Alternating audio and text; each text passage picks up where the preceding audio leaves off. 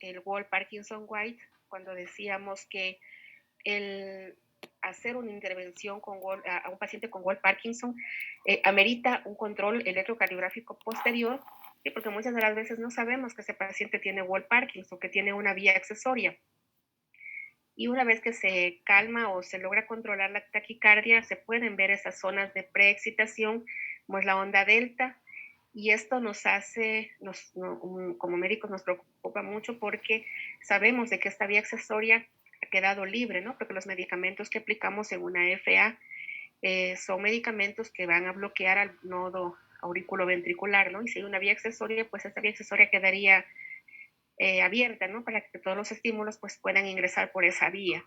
Y aquí hay el riesgo de que el paciente pueda presentar una FA, ¿sí? Y que en estos casos pues como es preexcitada, no va a tener un QRS angosto, sino más bien va a tener un QRS ancho, ¿no? Entonces, cuando veamos estos temas de QRS ancho en las arritmias, también vamos a volver a tocar esta parte, pero es importante, ¿no? De identificar todas las derivaciones en un electrocardiograma, y ese es el resultado de aprendizaje también, ¿no? De tomar en cuenta la importancia que tiene analizar todo el electrocardiograma. No podemos quedarnos solo en una derivación, ¿no? Pues analizar las 12 derivaciones en el electrocardiograma en la búsqueda de los diferentes patrones, podríamos mencionar, que diferencian o que nos ayudan a identificar un tipo de arritmia, tomando en cuenta que no en todas las derivaciones se manifiestan estas alteraciones, ¿no? A veces la onda P es mucho más clara en una derivación que en otra, ¿no? Entonces nos toca ir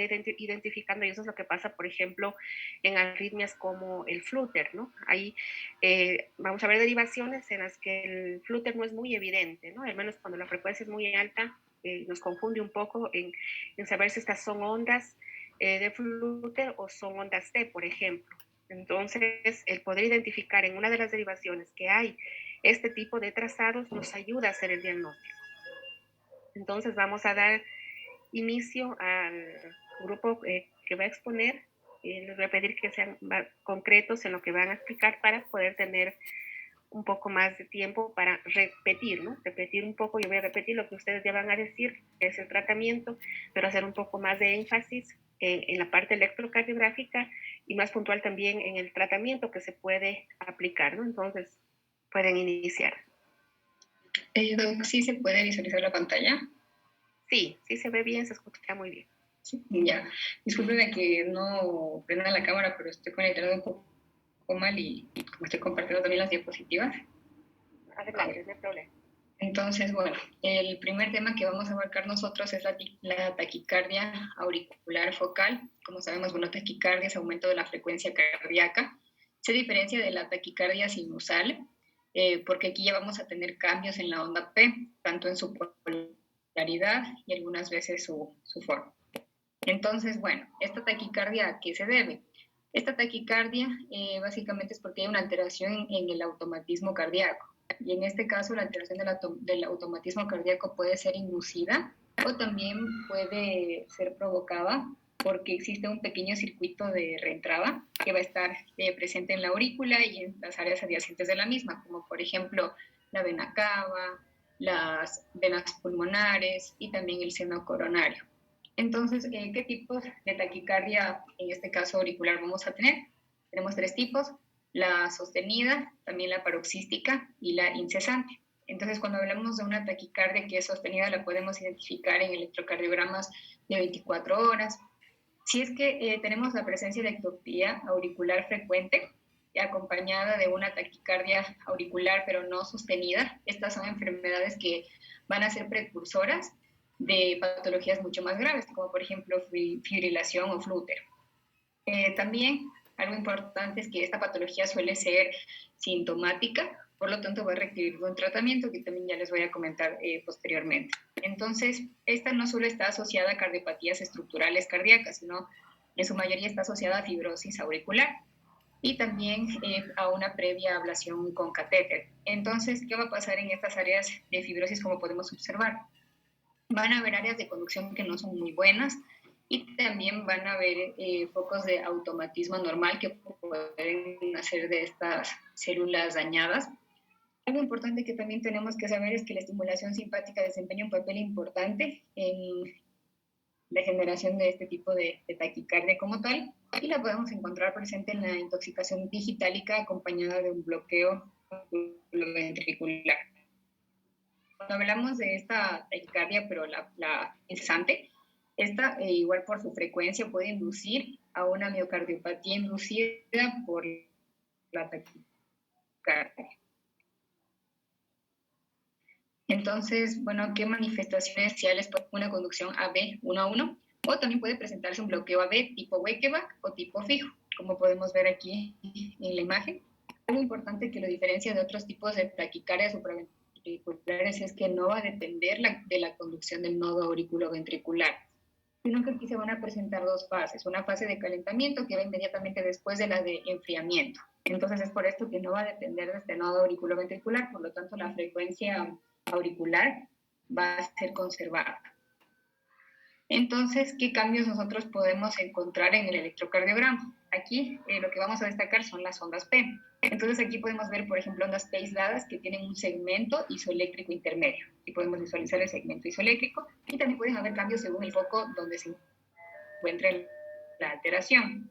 Entonces aquí, por ejemplo, sabemos que si existe una conducción 1 a 1 a los ventrículos, la arritmia se va a asemejar bastante a la taquicardia sinusal, con un intervalo PR más breve que el intervalo RP. Entonces, este tipo de taquicardia auricular puede ser muy similar a la taquicardia sinusal, como ya les mencioné, pero aquí varía en cuanto a la morfología de P y también en su forma de inicio y terminación, ya que si es que nosotros tenemos una forma de inicio y terminación que es como más brusca, ya podemos sospechar más de una taquicardia auricular. Entonces, aquí lo que ya les mencioné va a diferir por la onda P. Cuando nosotros tenemos una taquicardia auricular focal, hay varias zonas del corazón donde pueden presentarse. Entre estas tenemos, por ejemplo, los anillos valvulares, también tenemos la cresta terminal, el músculo auricular con sus zonas adyacentes, como por ejemplo la vena cava, las venas pulmonares y también el seno coronario. Entonces, bueno, aquí esta es la parte más importante. Las ondas P van a ser claves para nosotros identificar dónde es que está el foco que produce esta taquicardia como tal. Entonces, cuando va a estar a nivel de la derecha, vamos a encontrar ondas P que son positivas en derivaciones de 1 y también en V1 y que de igual forma van a ser bifásicas en V1. Cuando están a nivel de la aurícula izquierda, en cambio van a ser ondas positivas monofásicas en V1 y van a ser negativas en D1 y en AVL. Cuando hablamos de el tabique interatrial, en cambio aquí las ondas P van a tener una duración menor a que la que se presenta en el ritmo sinusal.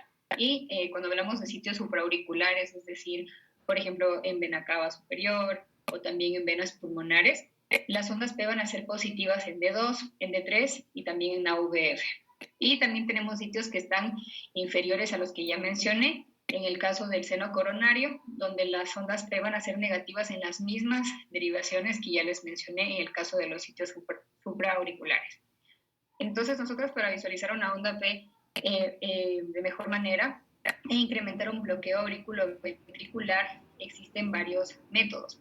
En esto tenemos, por ejemplo, las maniobras vasovagales, que son, por ejemplo, la maniobra de Valsalva o también el masaje carotídeo. Que puede incrementar bastante el bloqueo auriculoventricular. De igual forma, el foco algunas veces también se puede encontrar superior a la cresta terminal, el foco que va a generar esta taquicardia, aparte de los que ya les mencioné aquí, pero en este caso, cuando se encuentra aquí superior a la cresta terminal, va a ser muy similar a la taquicardia sinusal. Entonces, forma de inicio, es decir, por ejemplo, si fue brusca, tanto en la terminación como en la parte inicial. Entonces, aquí, bueno, seguimos con el tratamiento brevemente. Sabemos que es importante primero identificar la causa de la taquicardia como tal. Si es que tenemos otra patología subyacente, para empezar a tratarla. Entonces, bueno, cuando nosotros tenemos una taquicardia auricular por entrada, lo que le podemos administrar es adenosina y también realizar las maniobras vagales, porque permiten aumentar el bloqueo auriculoventricular, que fue lo que ya les mencioné. También la cardioversión es bastante efectiva en algunos pacientes. ¿Por qué en algunos? Porque en algunos casos no lo es y ahí es cuando se refleja el automatismo. También se les puede dar a los pacientes beta agonistas y también los de los conductos de calcio. Estos de los conductos de calcio sabemos que y de los beta-agonistas pueden hacer que la frecuencia cardíaca ventricular sea más lenta. ¿Por qué? Porque van a intensificar un bloqueo auriculoventricular y esto va a mejorar, en este caso, la tolerancia de las arritmias. Entonces, cuando nosotros tenemos episodios repetitivos, también le podríamos dar betagonistas y de los conductos de calcio, como diltiazem, o también le podemos dar verapamilo, o le podemos dar antiarrítmicos como la amiodarona, que sabemos que son antiarrítmicos de la clase 3, o también le podemos dar propafenona, entre otros. Pero estos no suelen utilizarse mucho por sus efectos secundarios, que ya les voy a mostrar en la próxima diapositiva. También la ablación por catéter es bastante recomendable en la taquicardia auricular sintomática. Esta es efectiva en 80% de los pacientes. Y esta se la da especialmente cuando tenemos una taquicardia auricular que es recurrente y que no tiene eficaz y que no es eficaz frente a fármacos o no los podemos utilizar por cualquier motivo, o cuando también la taquicardia auricular nos va a originar miocardiopatías inducidas por taquicardia, que fue lo que les mencioné en el caso de la taquicardia auricular sostenida. Ya, entonces aquí podemos observar los diferentes fármacos que nosotros podemos administrar y aquí son las toxicidades más comunes que hay que tomar en cuenta al momento de administrar al paciente. Por ejemplo, la amiodarona, las toxicidades comunes que se producen pueden generar temblores, neuropatías periféricas, fibrosis, inflamación pulmonar, hipotiroidismo, hipertiroidismo, hepatitis y fotosensibilidad. Otro de los fármacos que se les mencionaba era la propafenona, que puede provocar disgeusia, dispepsia, náuseas y vómito. Y también la digoxina, que puede provocar anorexia, náuseas, vómitos y también cambios visuales. Entonces aquí tenemos todos los efectos secundarios que tenemos que tener en cuenta antes de administrar estos fármacos.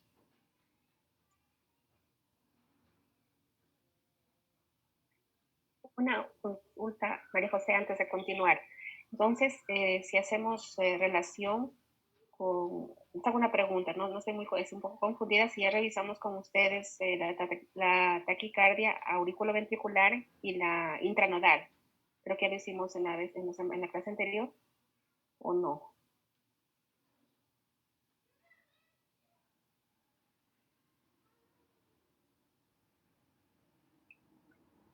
Disculpe, tenía el micrófono apagado.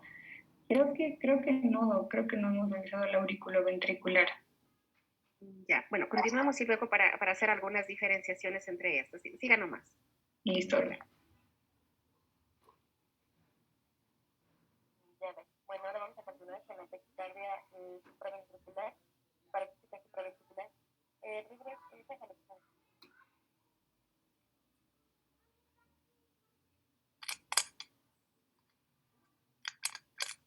Listo. Manejo de los pacientes con un AP. El AP es acceso al hardware o una vía accesoria. Principalmente aquí tenemos el caso de los pacientes que tienen un síndrome de Wolff-Parkinson-White, los cuales pueden tener una taquicardia de complejos anchos debido a la reentrada auriculoventricular antidrómica y auriculoventricular ortodrómica, con bloqueo de la rama o taquicardia de precipitación. Aquí la evaluación inicial del paciente debe ser principalmente la valoración de factores agravantes, incluidas algunas enfermedades intercurrentes, y algunos factores que ayuden a aumentar el tono simpático. En el examen que se le hace al paciente, este examen va a ir enfocado directamente en excluir la enfermedad cardíaca y el ecocardiograma nos sirve para excluir la anomalía de Eichner y las formas de miocardiopatía hipertrófica que pueden vincularse con las vías accesorias o con las accesorias.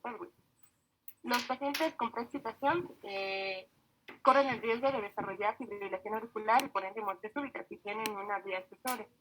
El riesgo de paro cardíaco va a estar entre 2 a 1000 pacientes en adultos, pero esto es probable que sea mayor cuando se trata de niños. Aquí lo que es recomendado es el estudio de electrofisiología invasiva para evaluar si la vía soporta frecuencias cardíacas que son muy rápidas y si se produce fibrilación auricular, en caso de que se produzca una fibrilación auricular. Y por lo general se va a combinar con una ablación con catéter potencialmente curativo.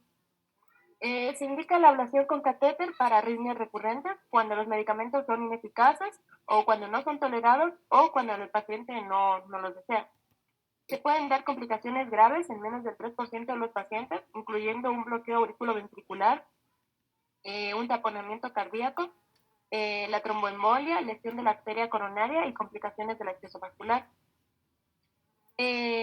Otras alternativas para asegurar que la vía accesoria no es de alto riesgo es principalmente la monitorización ambulatoria o pruebas de esfuerzo y la pérdida brusca de conducción, o sea, la precipitación, las frecuencias cardíacas fisiológicas es consistente con una vía de bajo riesgo, pero esto no es del todo confiable. Ahora tenemos el tercer caso, que es para pacientes con vías accesorias ocultas o vías accesorias conocidas de bajo riesgo. Aquí la terapia crónica se guía principalmente por la sintomatología y la frecuencia de eventos que el paciente haya tenido. Aquí las maniobras vagales pueden terminar con los episodios, al igual que si usamos una dosis de beta bloqueadores, como es el uso del verapamilo o el diltiazem. Esto siempre que sean tomados al inicio del episodio. Hay en algunos pacientes el tratamiento crónico con estos fármacos o con flecainida reduce la frecuencia de los episodios. Continúa, por favor.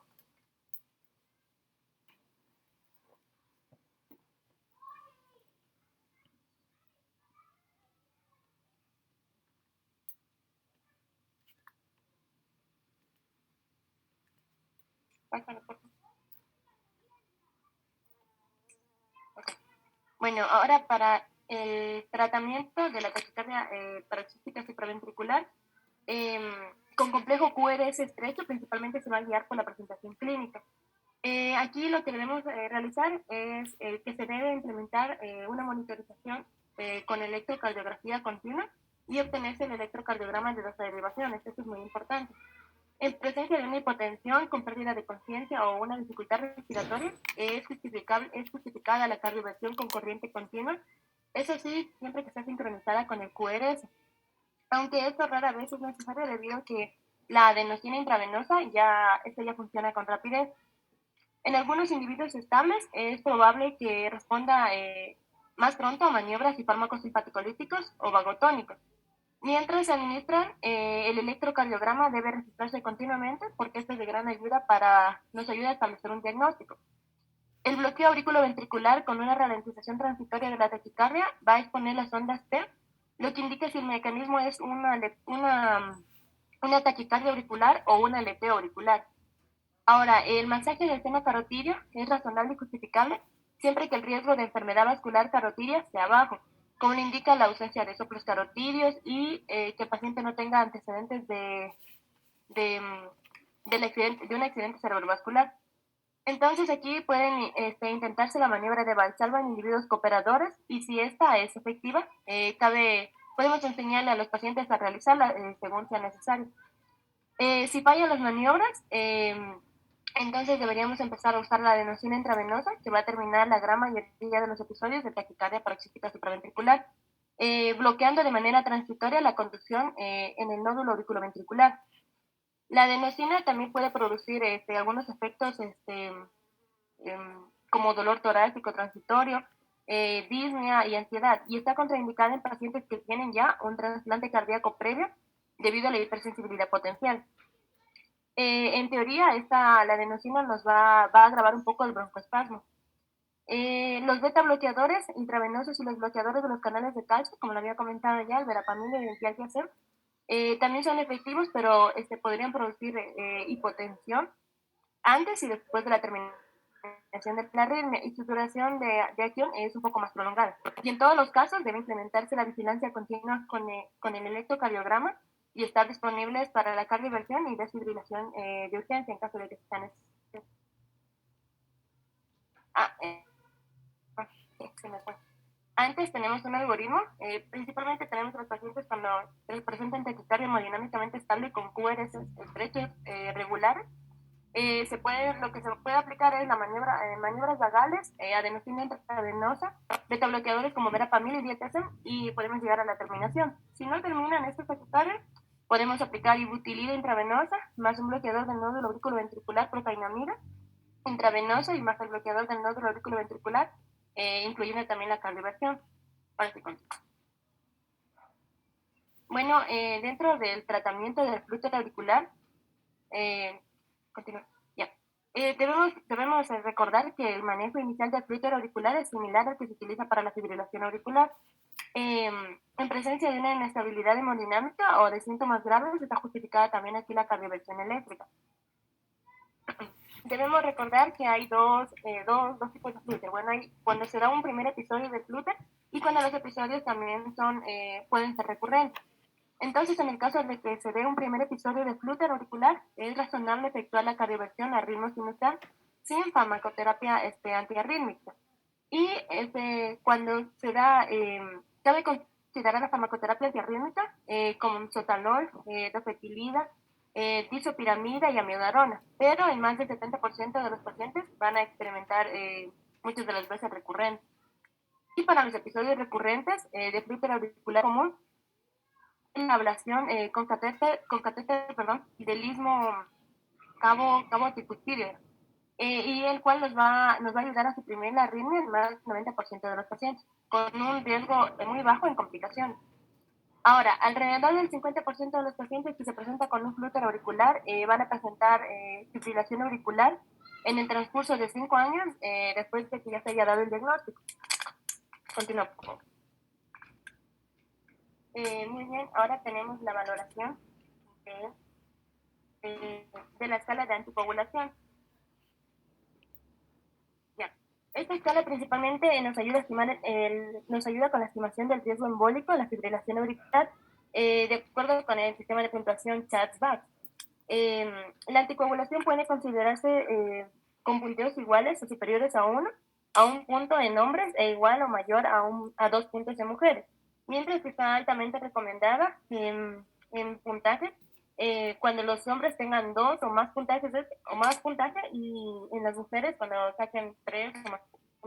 Como podemos ver en esta tabla, tenemos los factores de riesgo, los cuales están representados con insuficiencia cardíaca, hipertensión arterial, la edad, y cada uno de ellos atribuye un punto. Además de atribuir un punto para la anticoagulación, también tenemos la tasa anual estimada de accidentes cerebrovasculares. Aparte, por ejemplo, si tenemos hipertensión arterial y un paciente con una edad mayor a 75 años, vemos que se acumula 2 puntos. Y además vemos que puede acumular 3.5% tasa anual para que se dé a futuro pues, un accidente cerebrovascular.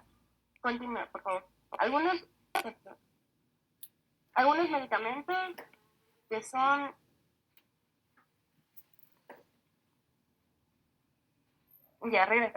algunos medicamentos que son recomendados para la fibrilación auricular, para la anticoagulación,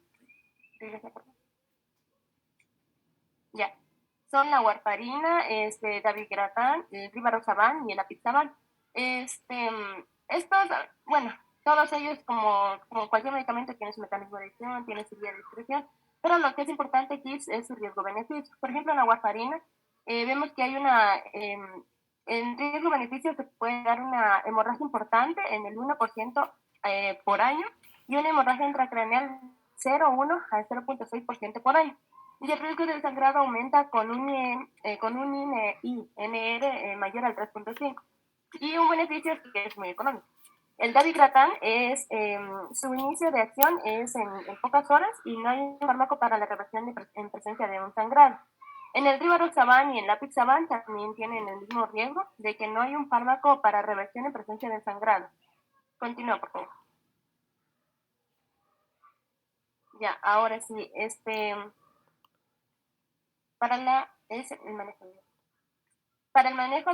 tratamiento de la fibrilación auricular, bueno, principalmente aquí la fibrilación auricular de comienzo reciente puede producir hipotensión, edema pulmonar o una angina grave. Debe ser tratada con cardioversión eléctrica, empezando principalmente con un choque eléctrico sincronizado del QRS de 200 joules. En circunstancias ideales, después de que se logre sedar o anestesiar al paciente. Si con esto se elimina la fibrilación auricular, se puede probar también con una descarga de mayor intensidad y colocar en sitios diferentes los electrodos. Además, aquí la administración de butilida por vía intravenosa disminuye mucho el requerimiento de energía para que se dé la desfibrilación auricular. Y también puede ser útil para la fibrilación auricular que termina y reaparece, o sea, la que no es persistente. No debe usarse esta en pacientes con un intervalo QT prolongado o una disfunción grave del ventrículo izquierdo. Además, si el paciente se encuentra estable, el manejo inmediato comprende el control de la frecuencia para aliviar síntomas y prevenirlos. Y además debe considerarse si es factible administrar un tratamiento para restituir el ritmo sinusal y mantenerlo, o si se permitirá que el paciente continúe con la fibrilación auricular y se manejará con control de la frecuencia y medidas para prevenir a futuro un accidente cerebrovascular. Y si la duración de la fibrilación auricular no está clara o se sabe que es mayor a 48 horas, debe comenzarse ya con anticoagulación antes de la cardioversión. En ausencia de las contraindicaciones, aquí es apropiado iniciar de inmediato la anticoagulación sistémica, principalmente con heparina o con un anticoagulante oral de cuyo inicio sea rápido, mientras se evalúa y se valoran otros tipos de terapias. Para la cardioversión, continúo por favor.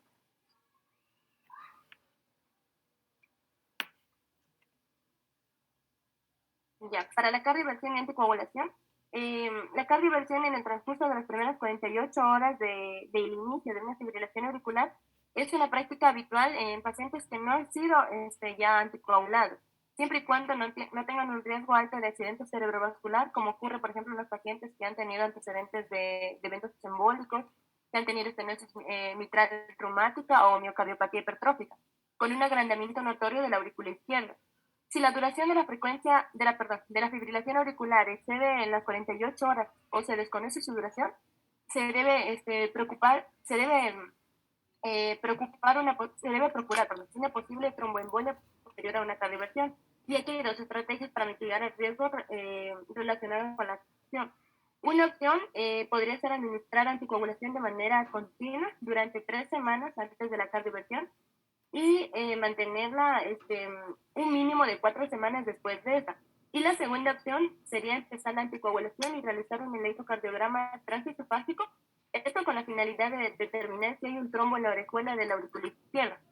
Si no hay, se puede realizar la cardioversión y continuar la anticoagulación durante un mínimo de 4 semanas para permitir el tiempo a la recuperación de la función mecánica. Continúa, por favor. Ya, continuando con el tema, seguimos con el control de la frecuencia. Bueno, el control inmediato de la frecuencia se va a lograr con el uso de beta bloqueadores en combinación con los bloqueadores de canales de calcio, como puede ser el verapamil y el diacetylten. Estos pueden ser administrados tanto por vía oral o por vía intravenosa, según justifique su urgencia, tomando en cuenta la clínica del paciente. En algunos casos puede añadirse digoxina, sobre todo en pacientes con insuficiencia cardíaca. Ya, el control a largo plazo de la frecuencia. Bueno, el objetivo de este tratamiento va a ser aliviar y prevenir el deterioro de la función ventricular debido a las frecuencias cardíacas excesivas. Como ya mencioné anteriormente, se usan los beta bloqueadores beta-adrenérgicos y los bloqueadores de los canales de calcio, generalmente estos en combinación. Y cuando estos fármacos resulten insuficientes, se puede añadir digoxina de manera selectiva y se mide esta ineficacia del fármaco de acuerdo con los síntomas relacionados al esfuerzo. El objetivo inicial de la frecuencia cardíaca es en reposo menor a 80 latidos por minuto y hasta 100 latidos por minuto con un esfuerzo leve. Si se dificulta llegar a este objetivo, se puede tomar como aceptable una frecuencia en reposo de hasta 110 latidos por minuto. En caso de que el tratamiento con fármacos no sea eficaz, con catéter de la unión auriculoventricular para generar un bloqueo cardíaco y el implante de un marcapasos permanente.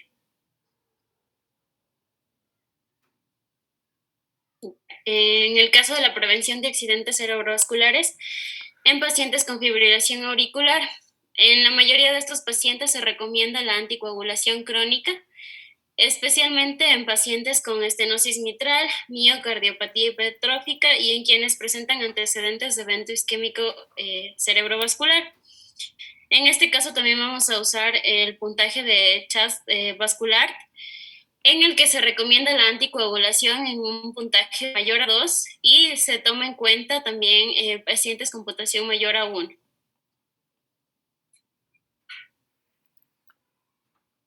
Ya, los fármacos que se usan generalmente van a ser el dabigatran, que es un inhibidor de la antitrombina, y los inhibidores del factor 10A como rivaroxaban, apixaban, edosaban y la warfarina, que es un antagonista de la vitamina K.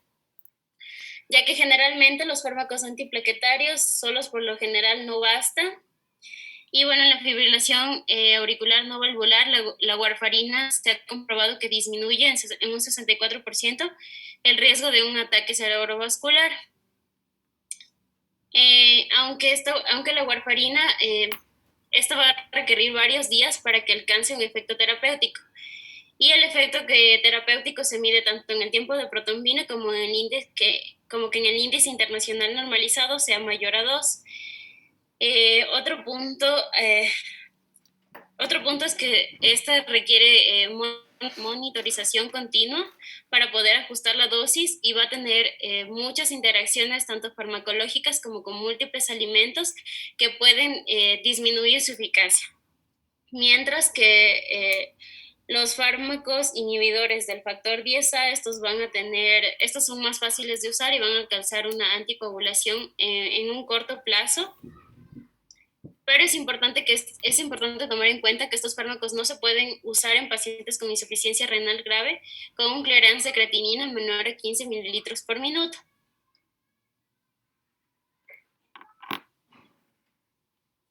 Ya, en el control del ritmo, en la fibrilación auricular, para esto van a existir dos métodos, que uno es administrar fármacos antiarrítmicos y otro va a ser la ablación con catéter. Este depende fundamentalmente de los síntomas que tenga el paciente y tanto de sus preferencias respecto a los beneficios y riesgos de este tratamiento. Este va a estar indicado generalmente, el control de ritmo va a estar indicado en pacientes con fibrilación auricular paroxística sintomática, en pacientes con episodios recurrentes de fibrilación auricular persistente sintomática, en la fibrilación auricular con control difícil de la frecuencia, y en pacientes con fibrilación auricular que ha dado lugar a una función ventricular deprimida o que agrava la insuficiencia.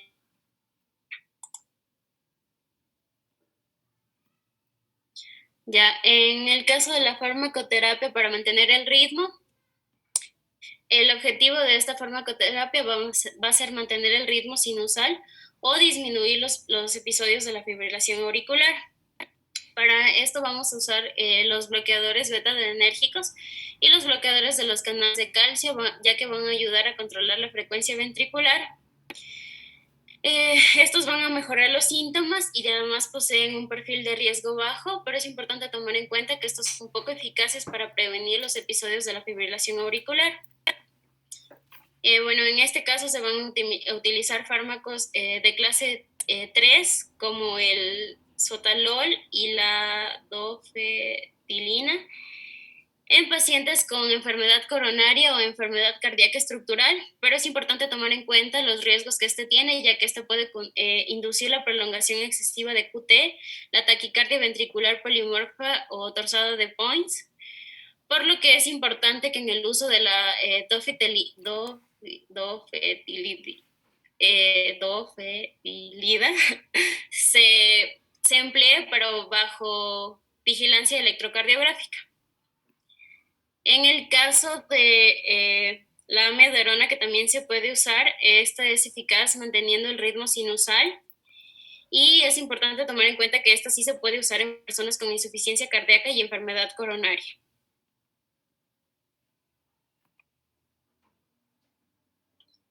Y bueno, por último tenemos la ablación con catéter quirúrgica en la fibrilación auricular. Bueno, la ablación con catéter es importante tomar en cuenta que esta va a evitar las toxicidades de los antirrítmicos y está indicada en pacientes con fibrilación auricular paroxística sin tratamiento previo pero recurrente, y esta va a tener una eficacia levemente mayor en comparación con la farmacoterapia antirrítmica. Bueno, esta va a comprender 3 procesos: el cateterismo cardíaco, la punción a través del tabique interventricular y la ablación con radiofrecuencia o crioablación para aislar eléctricamente las regiones de la aurícula izquierda. ¿Qué es lo que va a hacer esta?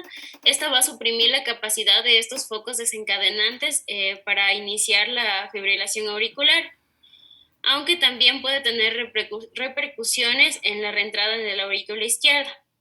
A menudo se van a requerir más áreas de ablación, áreas más extensas de ablación que pueden estar dirigidas probablemente a las zonas de reentrada en regiones fuera del antro venoso pulmonar o adyacentes a este.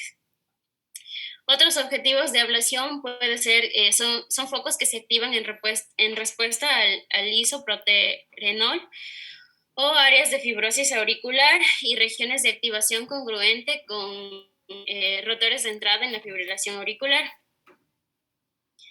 Bueno, es importante tomar en cuenta que esto también va a tener complicaciones graves relacionadas con el procedimiento, como puede ser accidente cerebrovascular, el taponamiento cardíaco, la parálisis del nervio frénico, el sangrado en la zona de punción de exceso del acceso femoral y la sobrecarga de líquido con insuficiencia cardíaca. Además, también puede tener complicaciones de aparición tardía, que como bueno, ya sabemos que el esófago va a colindar con la pared posterior de la aurícula derecha, por lo que se pueden producir úlceras esofágicas y rara vez también se pueden producir fístulas aurículoesofágicas.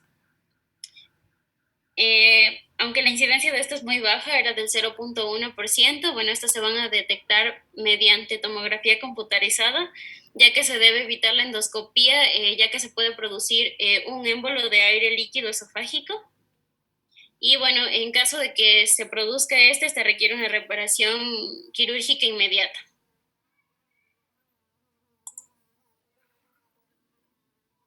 Gracias.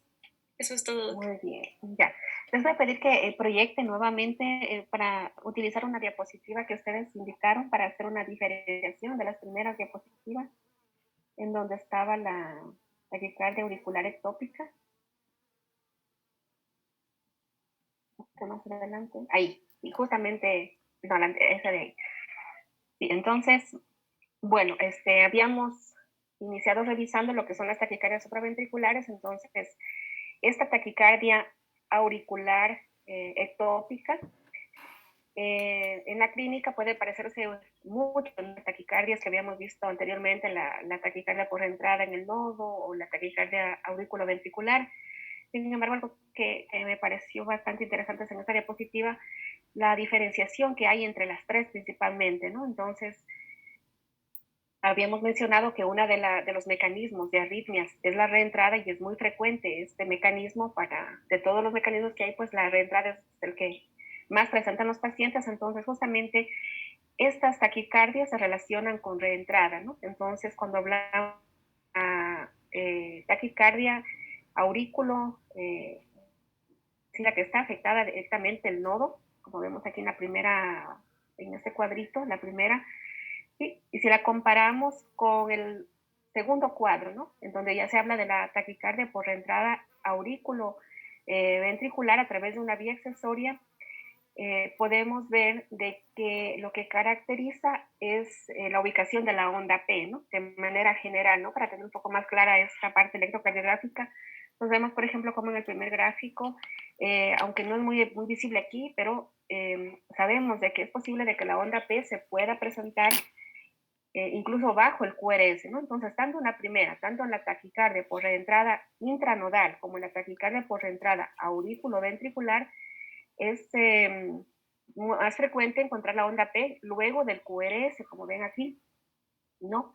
Con la diferenciación que habíamos visto anteriormente de que hay que medir el intervalo ERP, ¿no? En estas dos primeras, el intervalo ERP, si recordamos, era menor al 50% del espacio que hay entre ER y ER. De esta manera, y justo dentro de esta, ¿no? que esta característica involucra estas dos taquicardias, como decía, que el espacio o el intervalo ERP sea menor al 50%, dentro de esta diferencia, ¿no? Para cada una. Habíamos dicho de que la taquicardia intranodal, la que afecta al nodo, la onda P es muy cerquita al QRS y por eso deforma incluso la parte final del QRS y por eso mide menos de 70 milisegundos. En cambio, en el segundo gráfico que ustedes ven aquí, cuando hay una vía accesoria o una taquicardia ortodrómica, la onda P sigue al QRS, pero está un poco más alejado de la terminación del QRS, ¿no? Más está, podemos decir, embebido o introducido dentro del ST. Y por eso el intervalo RP mide más de 70 milisegundos. A diferencia de esta tercera, ¿no? Que con lo que empezaron sus compañeras a explicar esta parte de taquicardias, en que la taquicardia auricular focal, una característica es de que la onda P sí está dentro, está antes del QRS. Esta sí está antes del QRS, pero una diferencia si tomamos en cuenta el intervalo RP es de que este RP va a ser mayor al 50% de lo que hay el espacio entre R y R. Entonces, con esta medición del RP, identificando dónde está la P, podemos hacer el diagnóstico diferencial de estas tres arritmias por reentrada que son muy frecuentes, ¿no? Pero de estas tres, una de las que es más frecuente por reentrada es justamente la primera, la taquicardia por reentrada en el nodo, justamente en el nodo auriculoventricular. Y entonces esta era la diferencia que quería que caigan en cuenta, no estas dos, que anteriormente ya las habíamos revisado, pero que la diferencien de esta, ¿no? Las dos primeras tienen una P posterior al QRS. Por supuesto que va a haber diferencias, ¿no? No todo esto es al 100%. Por eso les decía, siempre hay que revisar las 12 derivaciones para poder lograr identificar estos cambios, que no siempre son tan evidentes, ¿no? A veces se parecen mucho, ¿no? Incluso a veces nos puede confundir, pero entre un criterio y otro nos podemos ir afianzando para hacer un diagnóstico, ¿no? Entonces, identificar la onda P, medir el QRS, que en estos casos el QRS es angosto, mide menos de 0,12 segundos, y que los intervalos RR son regulares, son equidistantes, y luego midiendo el RP, va a ser un poco más fácil, no digo que fácil, ¿no? Pero sí un poco más fácil diferenciar entre estas tres principales taquiarritmias supraventriculares con QRS angosto, con RR regular, y que se presentan con diferencias en cuanto a las características que acabo de mencionarles. No sé, tal vez si hay alguna pregunta.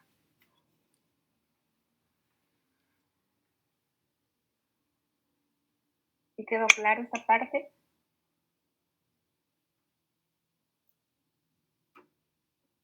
Sí, doc. Ya, muy bien. Entonces, en cuanto al tratamiento, sí, sus compañeras ya le mencionaron, ¿no? Entonces, cuando hablamos de tratamiento, tenemos que acordarnos también de los antiarrítmicos y del mecanismo de acción de estos.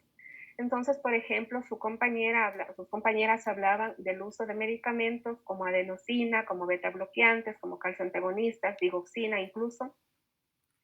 Pero tenemos que revisar y recordar cuál era el mecanismo de acción, ¿no es cierto? Entonces, una parte de la exposición decían sus compañeras, otra diferencia en cuanto a la producción de esas arritmias es de que hay diferencia entre si están dependiendo o el nodo auriculoventricular está dentro del mecanismo de producción de esas arritmias o no.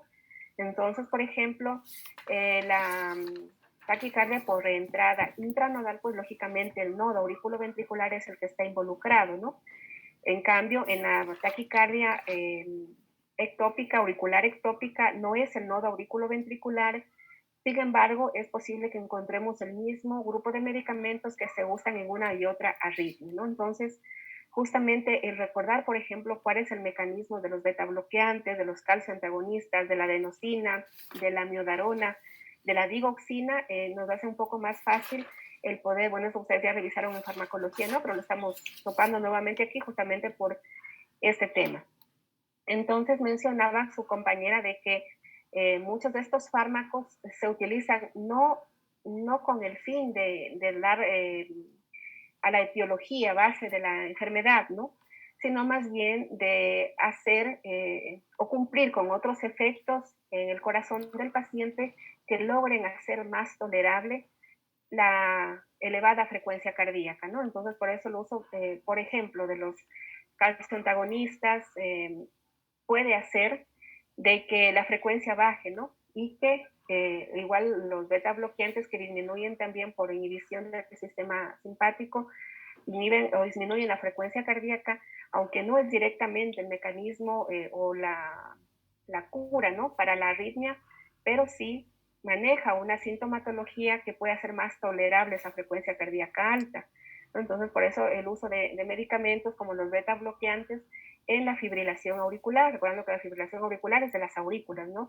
Sin embargo, los beta bloqueantes se utilizan, ¿no? Por ese efecto simpático lítico que puedan tener o una disminución del efecto simpático que permita mejorar la frecuencia cardíaca en el paciente.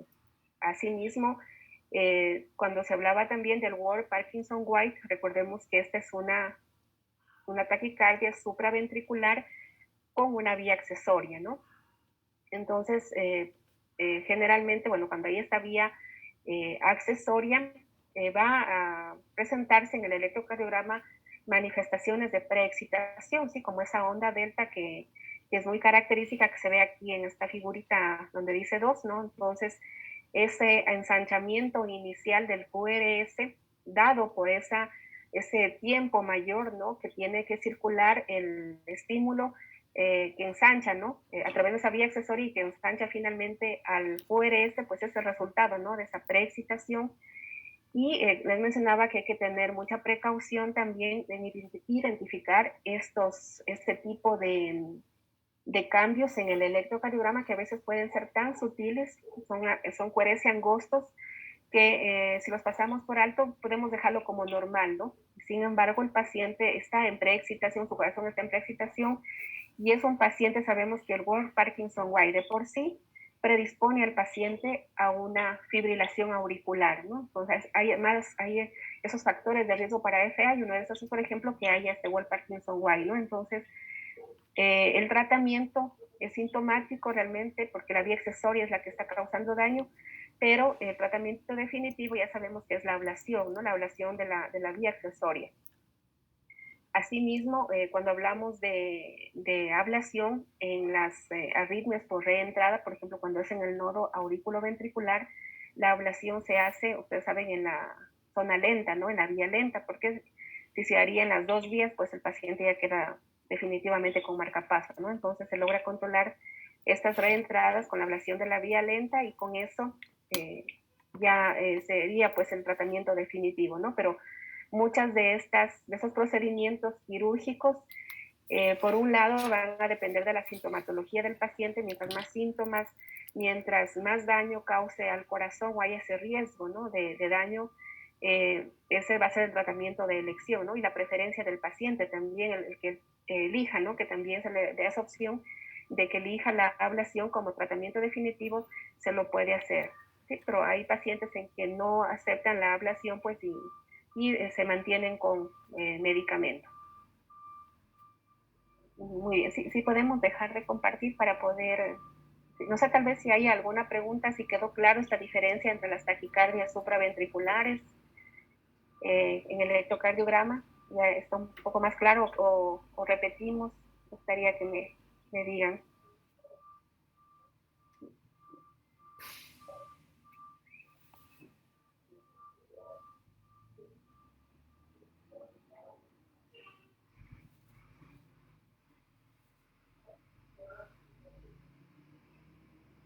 Muy bien, sí, entonces, si no hay ninguna pregunta, sí, voy a hacer algunas preguntas relacionadas con este tema. Me gustaría que por favor participen en el chat. Sí, así haya dudas en la respuesta, es importante que ustedes pongan su opinión para yo también poder evaluar, ¿no? Y ver si algo no está entendido. Entonces, por ejemplo, en lo que hablábamos en cuanto a los tipos de arritmias, ustedes se dieron cuenta de que la primera parte estaba enfocada a las taquicardias con QRS estrecho pero regular, ¿no? Y luego sus compañeras ya nos empezaron a hablar de fibrilación auricular, y aquí cambiamos un poco en la clasificación. Aquí se trata de QRS estrecho pero irregular. Esa es la diferencia, ¿no? Con este tipo de arritmias.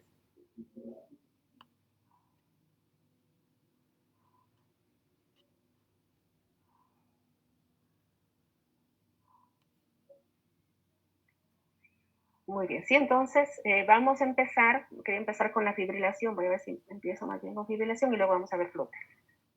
¿Sí? Solamente puntualizando lo que mis compañeros ya dijeron, ¿no? Sus compañeras ya explicaron la fisiopatología y algunos otros datos importantes, solamente voy a dar un recordatorio.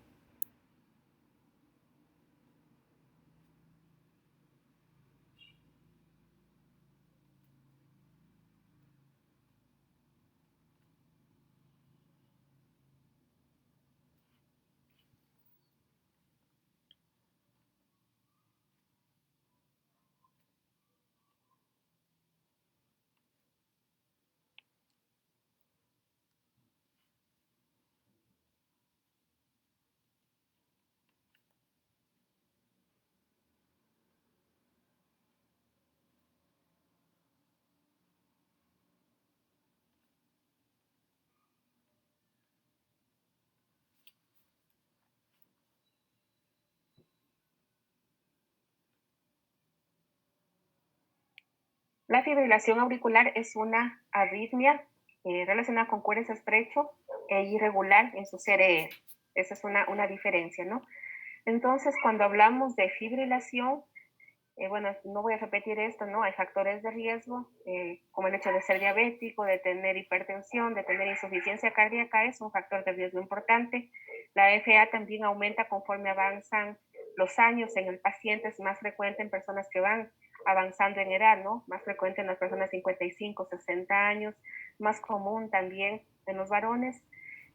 También aumenta su prevalencia conforme se suman factores de riesgo, ¿no? Si el paciente aumenta en años, es diabético, es hipertenso, es probable que sea mucho mayor la frecuencia de presentación de estas enfermedades. Básicamente, la bibliografía nos presenta 3 criterios para FA, ¿no? La una que ya mencionamos, que sea un intervalo RR irregular, que no podamos identificar ondas P y que una duración mínima del trazado electrocardiográfico sea de 30 segundos, pudiendo documentarlo, ¿no? Entonces aquí vemos un ejemplo de una FA, que yo creo que de todas las arritmias, y es lo que dice la bibliografía, ¿no? Que de todas las arritmias en conjunto, la fibrilación auricular es la que más frecuentemente ustedes van a tener que diagnosticar y tratar, ¿no? Entonces en este caso vemos en el trazado de abajo cómo el ritmo es irregular, las RR no son iguales y los QRS son estrechos. No es fácil identificar una onda P con facilidad, ¿no? A veces nos puede confundir que sea esta onda P y que esta sea onda P, pero si nos fijamos en las 12 derivaciones, es posible que no haya esa diferenciación entre onda P y onda T, por ejemplo, aquí, ¿no? Este hecho de no poder identificar onda P y buscarla en las 12 derivaciones, más estas otras características, es posible que me ayuden a diagnosticar una FA. Ahora, en cuanto al diagnóstico, el electro es la principal herramienta, pero sin embargo, cuando hay pacientes con episodios paroxísticos, ¿sí? O sea, que empiezan y terminan de manera súbita, se va a necesitar el uso de otro tipo de monitores, ¿no? Actualmente en la tecnología con el uso de la tecnología se han creado dispositivos muy llevaderos con el paciente que permiten identificar, ¿no? Y que se puedan registrar estos eventos.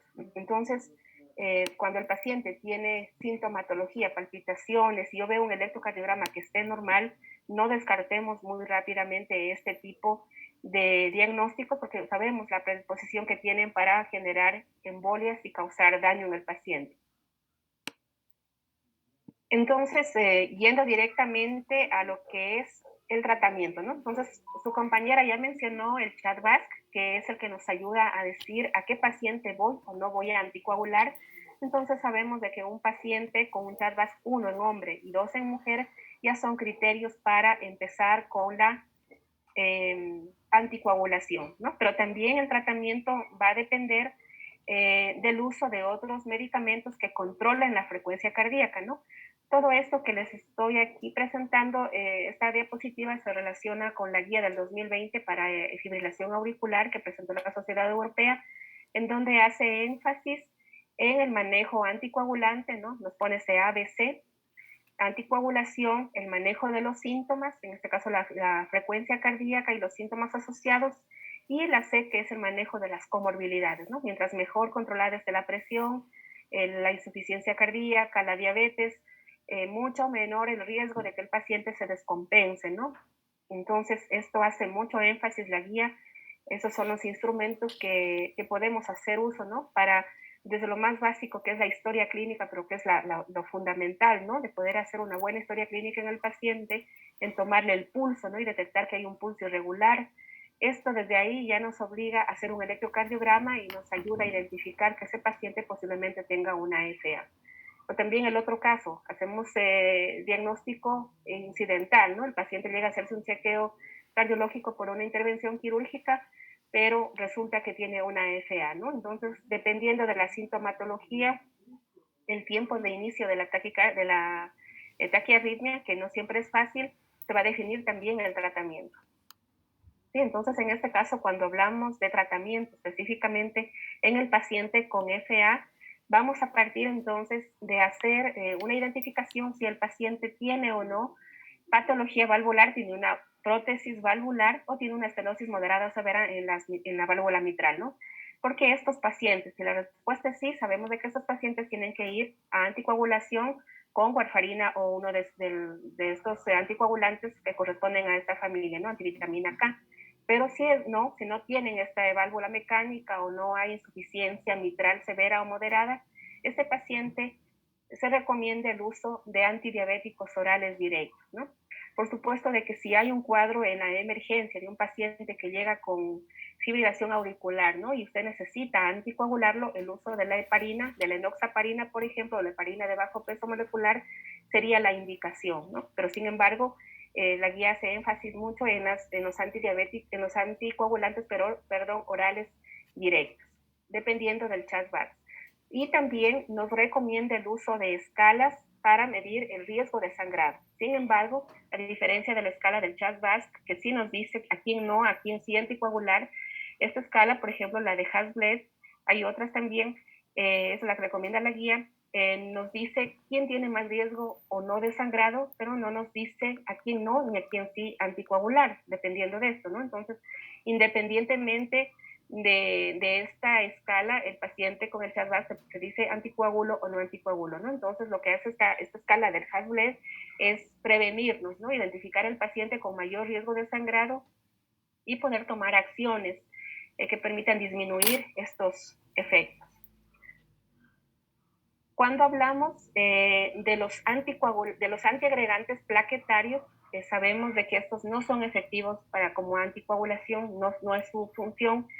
Sí, entonces se ha visto de que más bien el riesgo de sangrado aumenta, pero no cumplen un papel anticoagulante, ¿no? Entonces siguen siendo los anticoagulantes orales, antivitamina K, los anticoagulantes orales directos, los medicamentos de primera elección en el manejo de la anticoagulación.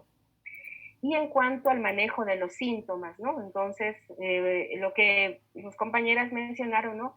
Siempre vamos a tener en cuenta que los beta bloqueantes son los medicamentos de elección para el manejo de los síntomas, ¿no? De la frecuencia cardíaca en el paciente.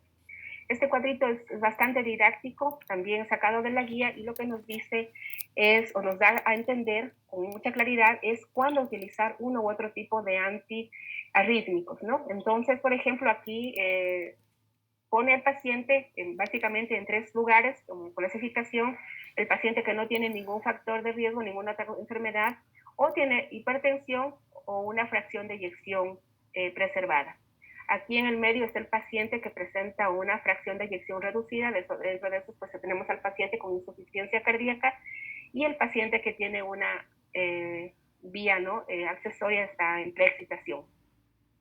¿Qué es lo que pasa en estos primeros pacientes, ¿no? Con una fracción de eyección preservada? La primera línea de tratamiento son los beta bloqueantes y los calcio antagonistas no dihidropiridínicos, ¿no? Recordando el mecanismo de acción de cada uno de estos. De preferencia no combinarlos a menos de que no haya respuesta, como vamos a ver más abajo. Entonces los beta bloqueantes son los primeros medicamentos que podemos utilizar, ya sea vía oral o vía intravenosa, ¿no? Por supuesto que la vía intravenosa va a ser la preferida en el caso de que el paciente tenga una respuesta muy alta y esté incluso causando mucho malestar, ardor en el paciente. En el caso del paciente con fracción de eyección reducida que está también o que puede estar relacionado con insuficiencia cardíaca, pues tomando en cuenta que los beta bloqueantes se manejan en insuficiencia cardíaca, pues se van a utilizar de primera mano los beta bloqueadores. Y en el caso del paciente con preexcitación, realmente la ablación es la recomendación, ¿no? La primera línea de tratamiento, la ablación, tomando en cuenta principalmente cuando hay baja respuesta al tratamiento, ¿no? Y el paciente incluso tiene el riesgo de ir a otro tipo de arritmias más riesgosas, ¿no? Una fibrilación ventricular, por ejemplo, dentro de un Wolff Parkinson. Ahora, el objetivo de controlar la frecuencia cardíaca nos dice que debería estar 110 o menos, ¿no? Pero una vez de que se ha iniciado el tratamiento farmacológico y el paciente no ha logrado mejorar estos valores o acercarse a estos valores, entonces la recomendación en estos casos, si ustedes se dan cuenta, en el primero y segundo caso, sí, el uso de los medicamentos, por ejemplo, si utilizamos beta bloqueantes, podemos asociar el uso de los calcio antagonistas no dihidropiridínicos, ¿no? Tomando en cuenta que verapamilo, diltiazem son calcio antagonistas, ¿no? Entonces, algo adicional también, cuando nos menciona la guía, por ejemplo, es el uso de digoxina, ¿no? El paciente con insuficiencia cardíaca y fibrilación auricular se recomienda el uso de digoxina, ¿no? Y así también el paciente en preexcitación y que no ha habido, por ejemplo, una respuesta, el uso de medicamentos de segunda línea y dentro de estos, el uso de digoxina podría considerarse. Algo adicional también, miren aquí la miodarona, ¿no? ¿Dónde está la miodarona? Entonces, la miodarona también es un antiarrítmico que se recomienda, ¿no? Para el paciente con insuficiencia cardíaca. Podría ser una opción de tratamiento la miodarona. No en el mismo caso, pues en los otros dos pacientes, ¿no? La miodarona, dentro del caso del paciente con insuficiencia cardíaca, sí se podría utilizar, pero no olvidemos que en estos casos los beta bloqueantes siguen siendo el tratamiento de primera elección.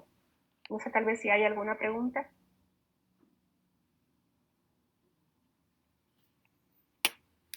Doctora, disculpe, ¿solo en casos específicos de insuficiencia cardíaca? En el caso de la digoxina, sí, la primera elección son los beta bloqueantes, ¿no? Pero una elección o incluso añadir, se pueden adicionar, por ejemplo, el beta bloqueante digoxina. En el caso de insuficiencia cardíaca, sí, ¿no? Se lo puede, o cuando hay una baja respuesta a los medicamentos, a los calcio antagonistas en Wolff Parkinson, por ejemplo, aunque sabemos de que el adicionar más antiarrítmicos va a causar más efectos adversos, ¿no? Por eso estos pacientes con baja respuesta es preferible hacerles la ablación, ¿no? Pero en estos casos del paciente con insuficiencia cardíaca, el uso, por supuesto que tenemos que revisar la respuesta que hay en cada paciente, ¿no? Entonces el uso de beta bloqueantes o incluso el adicionar digoxina podría ser una opción, ¿no? Pero vamos a poner el caso de que usted no tiene un digitálico en su cuadro básico o está en el cuadro básico pero no lo tiene en stock en la farmacia en donde usted está atendiendo, se puede optar por la miodarona como un medicamento de tercera línea, ¿no? Se podría la miodarona utilizar, pero en pacientes con insuficiencia cardíaca, ¿no? En los otros pacientes no se ha reportado beneficios, ¿no? Pero sí en el paciente con insuficiencia cardíaca. En ellos sí la miodarona sí va muy bien, ¿no? Por supuesto con los efectos secundarios que trae el uso prolongado, ¿no? Principalmente la fibrosis pulmonar, ¿no? Se ha visto, ¿no? Que el tratamiento 2, 3, 4 meses seguidos el paciente tiene el riesgo de presentar fibrosis o también alteraciones a nivel de la tiroides, ¿no? Por el contenido de yodo que tiene este medicamento.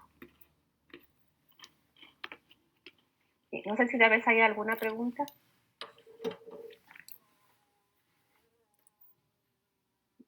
Muy bien, sí, entonces vamos a conversar un poquito, voy a hacer una pregunta acerca de mecanismos de acción de los medicamentos antiarrítmicos, ¿no? Entonces, la primera pregunta es, ¿qué mecanismo de acción tienen los calcio antagonistas no dihidropiridínicos, ¿no?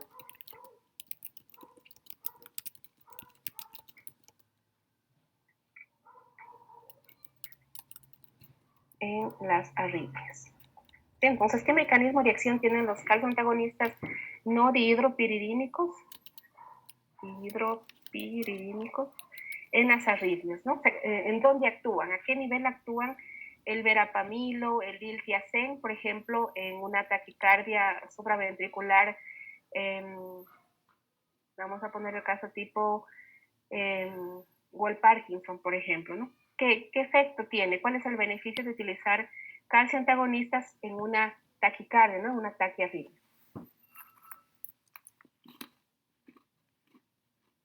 Voy a enviar, se me envió privado, voy a enviar en este momento a todos, por favor. Contestemos, sí. En un minuto tenemos para contestar y luego continuamos.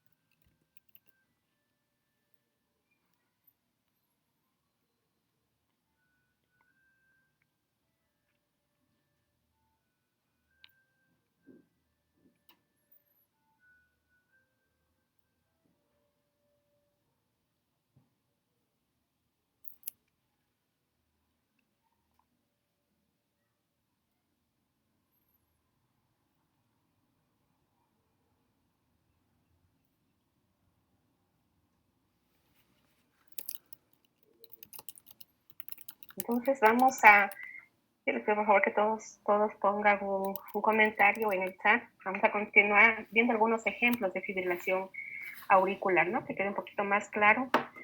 Siempre es importante recordar esta imagen, ¿no? Porque es muy frecuente la FA. Ustedes van a ver en su práctica ya con sus pacientes de que la FA es más frecuente de lo que ustedes esperan, ¿no? Incluso el paciente asintomático, ustedes hacen un electro y se encuentra con esto, ¿no?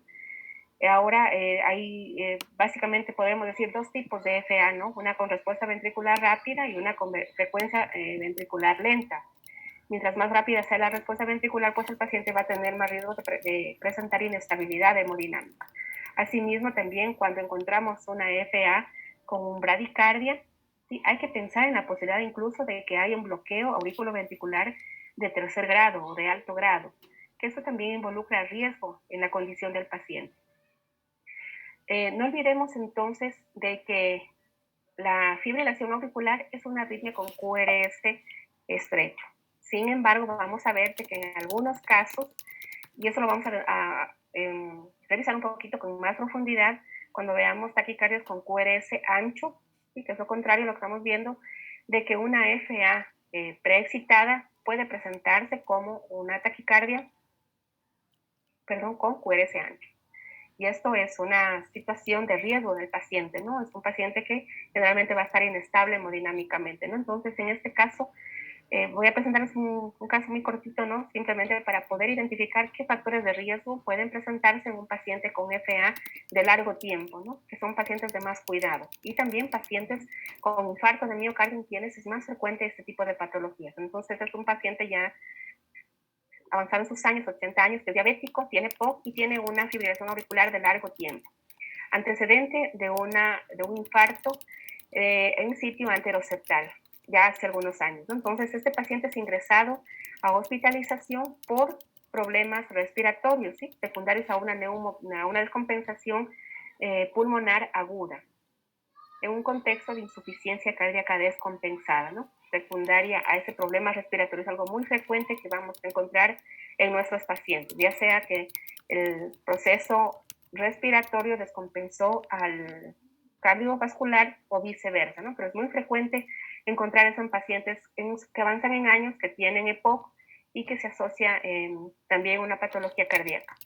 Entonces, lo que se vio en este paciente, ¿no? Miren, este paciente, el caso que les puse aquí el enlace, para que lo pueden revisar completo, es un paciente que se maneja esa neumopatía, ¿sí? Recordemos de que el EPOC puede transitar con un broncoespasmo, y el uso de medicamentos broncodilatadores podría hacerse en este paciente. Sin embargo, hay que recordar que estos medicamentos, sí, como el salbutamol, por ejemplo, pueden causar taquicardia en el paciente, ¿no? E incluso llegar a inestabilizar mucho más al paciente, ¿no? Entonces, por eso es importante revisar los antecedentes del paciente, preguntarle si ha habido antecedentes de infarto, insistir incluso en preguntar, porque muchas veces el paciente o no los toma como algo que deba contar o simplemente no lo menciona, ¿no? Entonces es importante, y si tenemos a la mano el acceso a la historia clínica del paciente, revisemos cómo está un electrocardiograma, qué tratamiento ha recibido, ¿no? A veces estos pacientes incluso llegan solos o con familiares que no conocen las patologías y el tratamiento que están utilizando. Entonces, en este paciente se le hizo un electrocardiograma y podemos encontrar este tipo de trazados, ¿no? Entonces, lo que llama la atención aquí, lo que ustedes miren, revisen, es este patrón, ¿no? De QRS anchos, deformes, irregulares, ¿no? RR, que son irregulares. No me adentro mucho en esto porque esto es una clase aparte, ¿no? Que vamos a revisar taquicardias de QRS ancho, pero cuando revisemos este tipo de trazados en un paciente con antecedentes de POC, antecedentes de diabetes, de infarto, ¿no? Y que presenta una frecuencia cardíaca muy alta, ¿no? Aquí la frecuencia cardíaca está cerca de 300, ¿no es cierto? Y que está irregular, entonces me debe hacer pensar que esta es una FA con preexcitación, ¿no? Entonces hay que tener mucha precaución en estos trazados, ¿no? Que inician de una manera con QRS ancho, pero empiezan a presentarse QRS mucho más grandes, distorsionados, irregulares más que nada, ¿no? Irregulares, aquí no sabemos, aquí hay un patrón QS, sí, pero realmente se desorganiza y nuevamente empieza a presentar cierta organización, ¿no? Entonces, estos son trazados que podemos encontrar y que debemos sospechar la presencia de una FA con estos antecedentes del paciente. Algo que caracteriza la fibrilación auricular son las frecuencias altas, ¿no? A diferencia del flúter, incluso la FA puede tener frecuencias muy elevadas. Sin embargo, la respuesta ventricular puede ser variable, ¿no? Dijimos que puede haber una respuesta muy alta en ventrículos o también una respuesta muy baja con bradicardia, ¿no? Entonces, cuando hablamos de la respuesta alta, ¿no? Y así como la ponemos en el diagnóstico como fibrilación auricular con respuesta ventricular alta, sí, estamos hablando de que a pesar de que el nodo auriculoventricular es una estructura podemos decir, de seguridad, que realmente no permite que pasen todos los estímulos, todos los latidos que vienen desde la aurícula y no despolariza en igual número a los ventrículos, pues puede llegar a presentar frecuencias altas, ¿no? A veces el paciente puede tener 200, incluso más de frecuencia cardíaca ventricular y pues lógicamente pues una respuesta auricular a veces el doble o 3 veces más. Va a depender del nivel de bloqueo que hay, si es 2.1, 3.1 en el paciente. Entonces, ¿dónde podemos visibilizar? Una de las derivaciones en donde mejor podemos identificar la onda P, cuando hablábamos de electrocardiograma inicialmente decíamos eso, las derivaciones de 2 y V1, ¿no? Entonces, tratemos de enfocarnos en las 12 derivaciones, pero siempre buscar un poco más en esas derivaciones, ¿no? Ir un poquito más a indagar sobre si hay o no hay onda P. Y aquí tenemos un electrocardiograma en donde es fácil identificar con claridad la onda P, el QRS, la T, y nuevamente el ciclo se repite, a diferencia de este tipo de trazados en donde vemos que los CRR son irregulares con QRS angosto, que es lo más frecuente que podemos encontrar en una FA, y en donde la P no es visible, no es fácil de identificar, ¿no? Porque son muchas estas las líneas F, pero no podemos decir que esta o esta es una onda P, ¿no? Entonces, cuando vean este trazado, ¿no? Con ritmo irregular, QRS angosto y este tipo de irregularidad, incluso a veces es simplemente una línea muy plana, ¿no? Pensemos en la fibrilación auricular como posibilidad diagnóstica. Cuando hay problema, cuando el episodio es paroxístico, ¿no? Entonces el paciente nos dice que sintió palpitaciones, que sintió ansiedad, disnea, pero al momento que hacemos el electro no hay nada, es un electro normal, ¿no?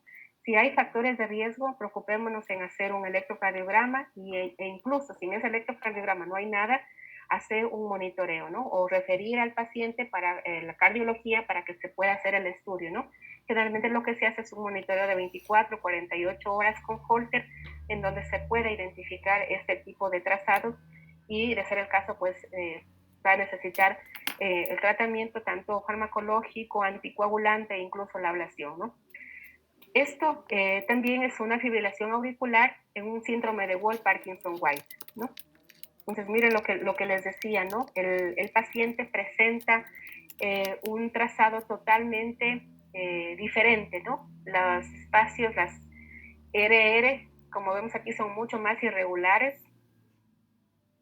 ¿Sí? Si medimos de aquí hacia acá, es diferente, ¿no? Con una frecuencia bastante alta, ¿no? Incluso de 300, aquí un poco menos, aquí igual. Sí, entonces, el ver este tipo de trazados, ¿no? Donde no es posible identificar una onda P y con QRS anchos, me debe hacer pensar en preexcitación, una FA con preexcitación, ¿no? Como dice la bibliografía, una tercera parte de pacientes, es decir, aproximadamente 3 de 10 pacientes, pueden llegar a presentar una fibrilación auricular de este tipo, ¿no? Entonces, estos son pacientes que van a estar inestables hemodinámicamente y en quienes incluso es necesario hacer una cardioversión. Miren aquí también un ejemplo de fibrilación en un paciente con Wolff-Parkinson. Miren este trazado, la frecuencia cardíaca que presenta. Aquí tenemos aparentemente un latido normal, ¿sí? Pero los otros, el resto de QRS se deforman totalmente, ¿no? Entonces, aquí, por ejemplo, la gráfica nos menciona que en este lado hay un complejo sin preexcitación, pero el resto ya tienen una deformación y esto nos dice que hay preexcitación. ¿Cuál es el tratamiento? Ya lo mencionaron sus compañeros, ¿no? Va a depender de la condición del paciente, ¿no? Si es un paciente con Wolff-Parkinson-White asintomático, se tiene que hacer el estudio y evaluar la posibilidad de hacer ablación.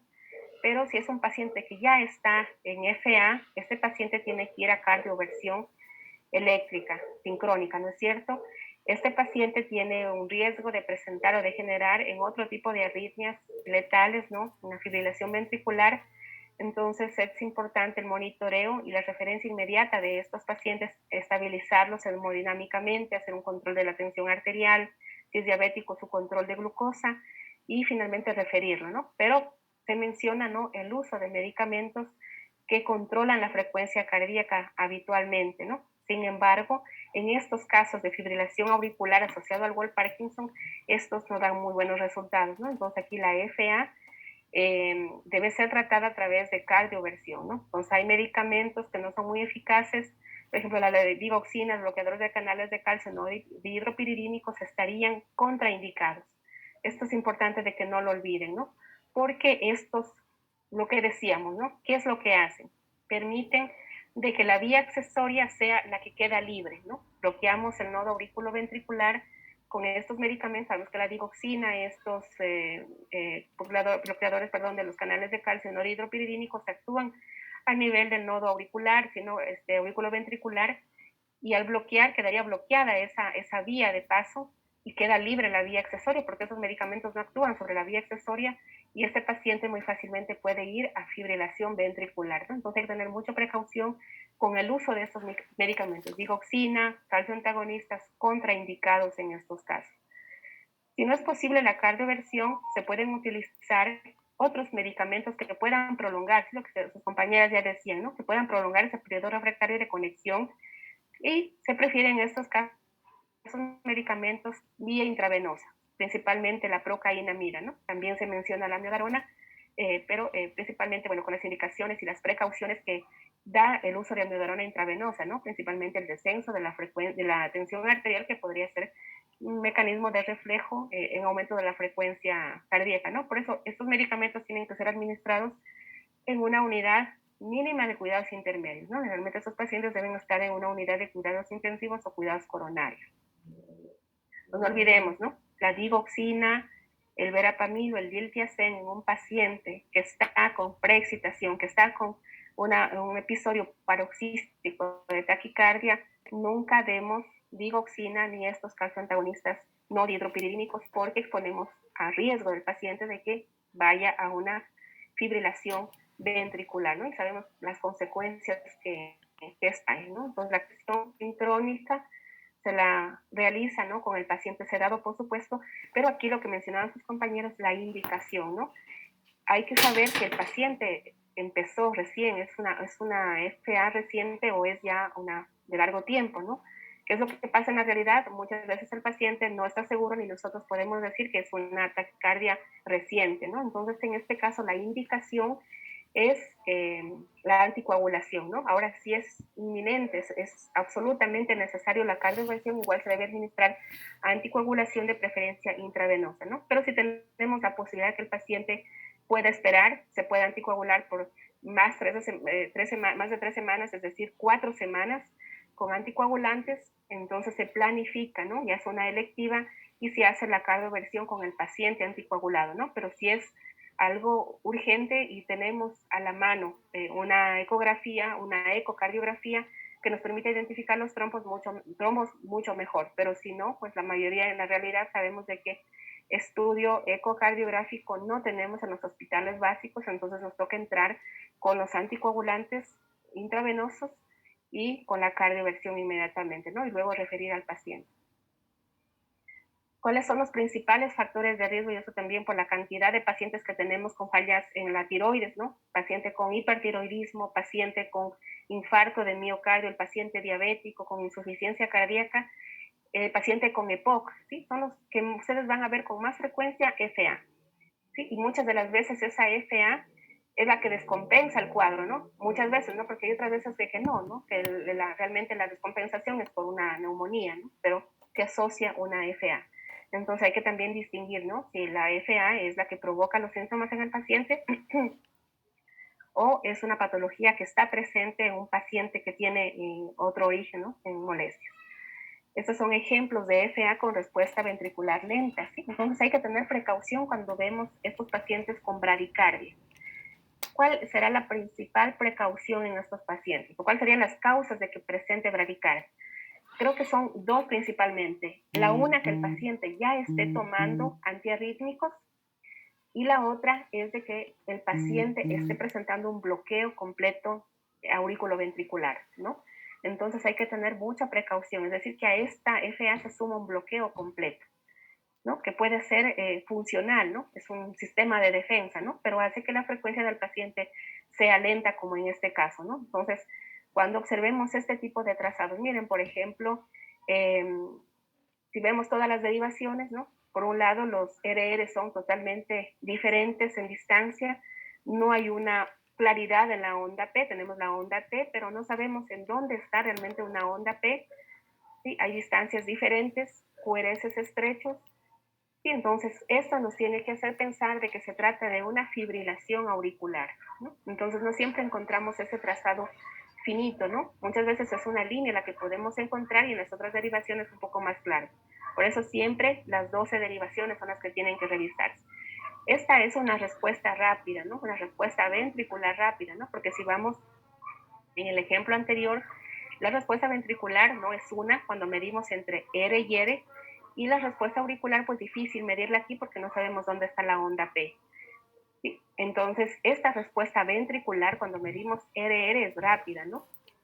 Solo viendo aquí, sí tiene aproximadamente 220 latidos, ¿no? Pero de respuesta ventricular, y a esto se suman extrasístoles deformando los QRS, entonces son extrasístoles ventriculares, ¿no? Entonces miren cómo dentro de una misma un mismo trazado electrocardiográfico podemos encontrar bloqueos, podemos encontrar extrasístoles, ¿no?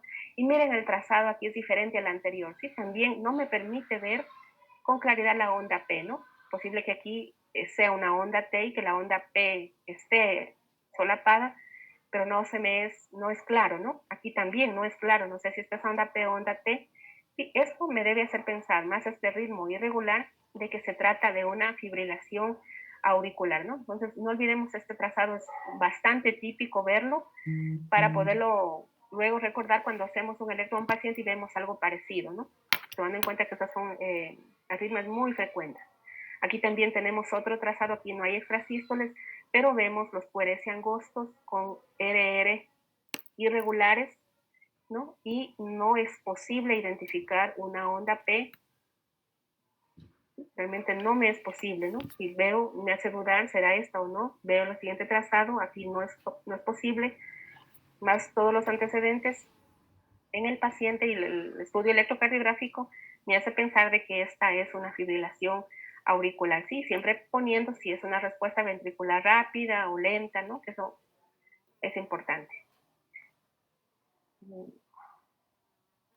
Entonces, bueno, no sé si hay alguna pregunta.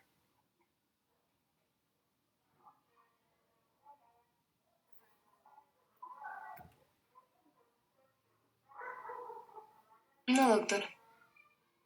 Entonces, voy a hacer la segunda pregunta, ¿no? Relacionado justamente a la fibrilación auricular.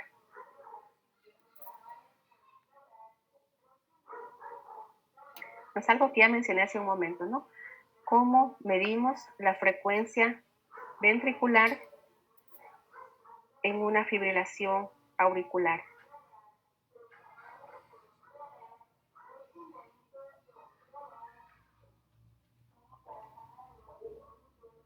Entonces, contestemos esta pregunta, ¿no? De lo que habíamos dicho. ¿Qué tomamos de base en el electrocardiograma para medir la frecuencia ventricular en una FA, ¿no? Para poder decir si es una respuesta ventricular alta o baja.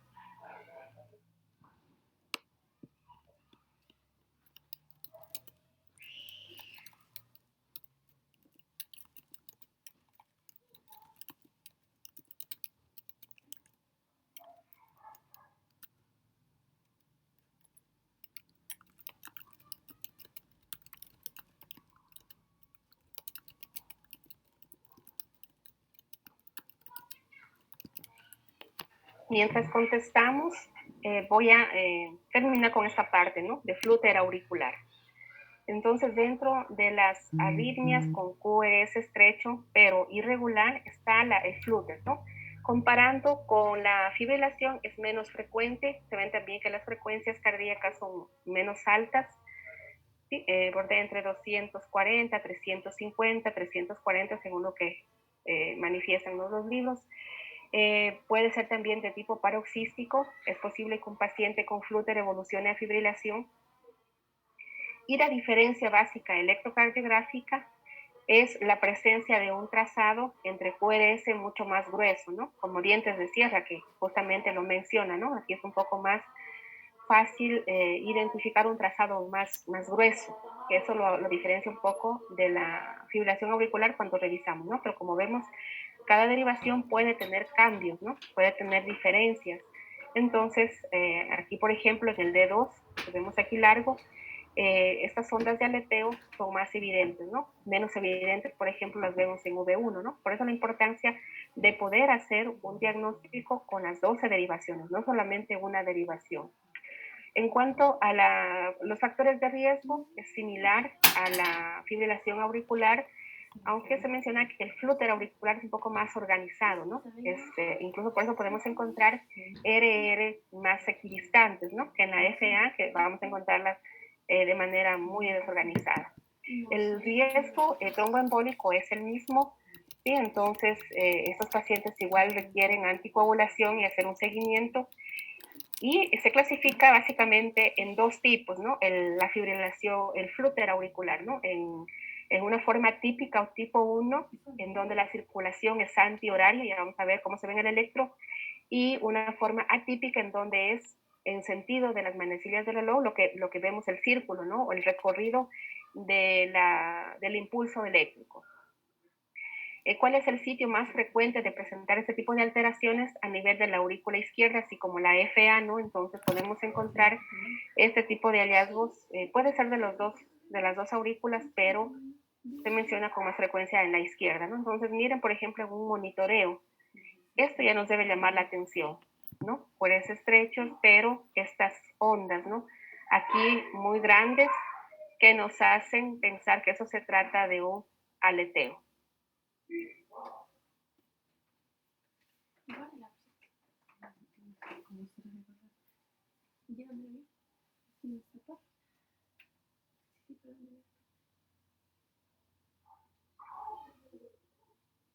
Muy bien, entonces en cuanto...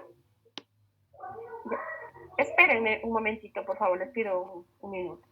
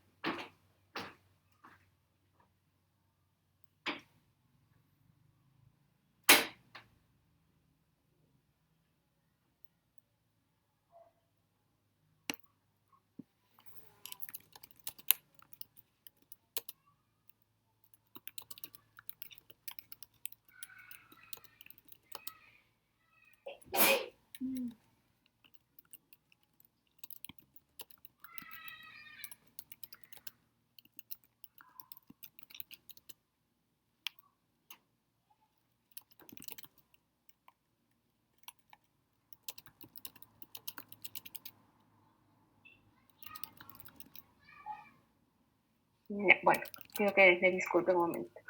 Bueno, entonces, como decíamos, en cuanto al flúter auricular, la ablación también es una opción de tratamiento. Se lo hace, como decíamos, a nivel de la unión de las venas pulmonares con la aurícula izquierda.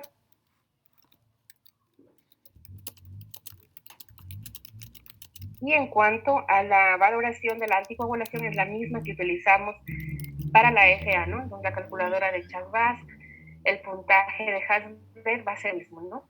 Con las puntualizaciones para cada uno de estos. Una perla clínica relacionada con el flúter auricular es que una taquicardia de complejo estrecho, como la que estamos viendo, a una frecuencia ventricular de 150, es muy frecuente que se trate de aleteo auricular. No siempre lo vamos a encontrar, pero esta es una forma de identificar, ¿no? Que haya una frecuencia de 150 con complejos estrechos, pues, y con el trazado que estamos viendo entre R y R o QRS, QRS, nos hace pensar que esto se trata de un aleteo auricular.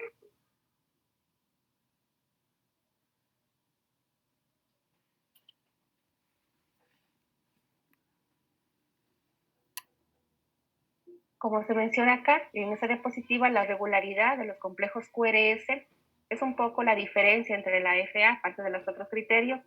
Es posible que encontremos RR más regulares en el flúter o aleteo auricular, ¿no? A diferencia de la fibrilación, que sabemos que son irregulares, ¿no? Entonces, aquí podemos hablar, por ejemplo, de identificación en el flúter, podemos hablar de identificación de ondas P, que estarían relacionadas con las ondas F mayúsculas, ¿no? Que mencionan los libros, y podemos hacer relación, por ejemplo, 2-1, 3-1. ¿Sí? Entonces, como ejemplo, en este caso, ¿sí? Entonces, aquí hablaríamos, por ejemplo, de una relación 1-2-3-1, ¿no? 3 ondas con un QRS, ¿no? Pues aquí hablamos, por ejemplo, si queremos ser más específicos en la descripción, una relación de 3-1. Así bien puede haber 2-1, 4-1, o ser variable, también podemos encontrar y podemos describir.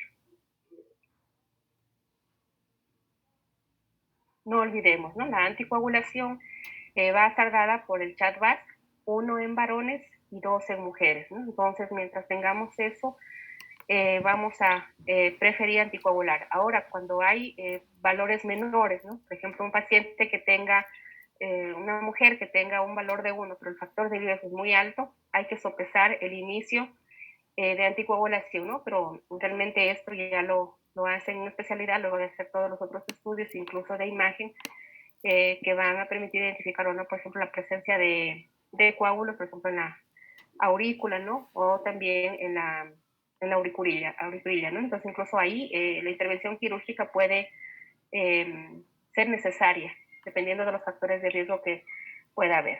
Entonces, esta es la diferenciación, ¿no? Que se puede hacer entre primero estos dos tipos de taquicardia, la fibrilación auricular, en donde vemos un trazado más fino, incluso a veces plano, en donde no se identifica onda P, y el flúter auricular, en donde el trazado, los dientes de sierra son mucho más gruesos. Y hace también alusión a una diferenciación que se puede presentar con la taquicardia auricular multifocal. ¿Por qué hacemos alusión a esta? Porque nos puede confundir, porque también tiene irregularidad en los QRS, que son estrechos, pero aquí vamos a poder identificar onda P, ¿no? Aquí es más fácil identificar onda P, pero con la diferencia de que esta onda P va a estar en cualquier sitio, ¿no? Puede estar aquí de una manera, puede estar acá de forma negativa, podemos encontrar una onda P muy alta, como esta, ¿no? Que incluso deforma la T. Y entonces esta sería la diferencia con estas dos anteriores. Aquí no identificamos onda P, pero aquí sí podemos identificar. Pero como se trata de focos ectópicos múltiples, cada foco ectópico dibuja una onda P con morfología diferente. Uno es negativa, positiva, antes o después del complejo QRS. Entonces también recordemos este tipo de diferenciación para no confundir. Cuando la frecuencia cardíaca se eleva a más de 150, a veces es un poco difícil diferenciar entre aleteo y flutter y fibrilación. Esa es la realidad, ¿no? No siempre es fácil, a veces nos confunde un poco el trazado. Sí, entonces hay que, en este caso, pues podemos repetir los electrocardiogramas o incluso podemos ordenar un monitoreo, ¿no? Un poco de un mayor tiempo, ¿no? A las 24, 48 horas. En este caso, el uso de adenosina puede disminuir transitoriamente la frecuencia ventricular. ¿Por qué entonces, yo les hago esta pregunta, por qué la adenosina no sería el tratamiento definitivo para una fibrilación auricular? ¿Cuál creen que sería esa la causa de la adenosina no sea el tratamiento base de la fibrilación auricular? Sí se utiliza para mejorar los síntomas, pero realmente puede ser una respuesta transitoria, es decir, pasa el efecto de la adenosina, que son pocos minutos, y realmente la frecuencia cardíaca vuelve a elevarse, ¿no? Entonces, esa es la última pregunta que les formulo. Entonces, por ejemplo, la pregunta sería, ¿por qué la adenosina tiene un efecto transitorio en la FA o flúter auricular? En relación a la respuesta a la pregunta anterior, entonces es cómo mido la frecuencia ventricular midiendo los RR, ¿no? Entre RR puedo ver si están muy cortitos, pues lógicamente van a ser 300 latidos, incluso a veces más alta la frecuencia. Entonces siempre medir los RR en una FA para poder decir si tiene una respuesta ventricular alta o no, ¿no? Se dice que una respuesta ventricular alta, algunos libros dicen es mayor a 130 latidos por minuto en cuanto a los ventrículos. Entonces mayor de esto ya decimos, esta es una respuesta ventricular alta, ¿no? Y la bradicardia, pues lógicamente ya los valores menores a 60 nos hacen ver como una respuesta ventricular disminuida, ¿no? O enlentecida. Entonces la pregunta era, si hacemos alusión al mecanismo de acción de la adenosina se puede utilizar en la FA, se puede utilizar en el flúter, pero la respuesta realmente no es buena, ¿no? Esta taquicardia, por ejemplo, la flúter auricular es una taquicardia por macroentrada, ¿no? Entonces la respuesta a la adenosina puede ser muy limitada, ¿no? A lo mejor calmemos un momento la frecuencia, pero sucede algo muy similar a aplicar presión sobre el seno carotidio, por ejemplo, ¿no es cierto? Porque tienen un mecanismo de acción similar. Entonces sería, ¿por qué no se mantiene el efecto de la adenosina en una FA en un flúter?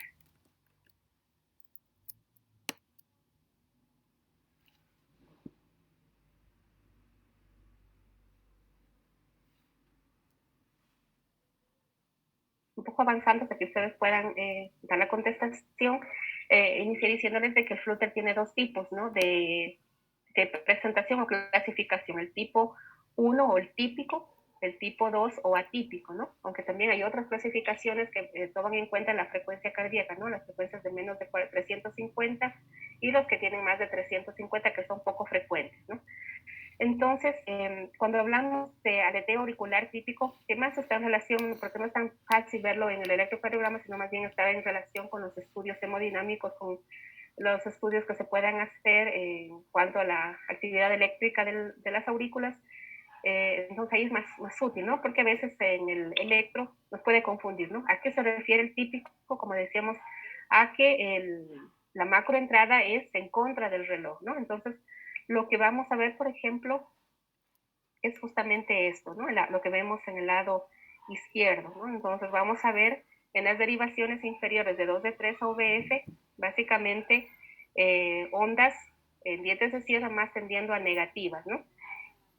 Y cuando se trata de un aleteo típico, que sería en relación al sentido de las manecillas del reloj, es posible ver en estas mismas derivaciones más bien esos dientes de sierra con una tendencia a ser positivas, aunque no es fácil, ¿no? Porque a veces no podemos decir si esto es positivo o negativo, pero lo mencionan como una diferenciación posible en el electrocardiograma, ¿no? Entonces, repitiendo el típico, vemos en las derivaciones inferiores estos dientes de sierra más a la negatividad y en cambio en el atípico más a la positividad, ¿no?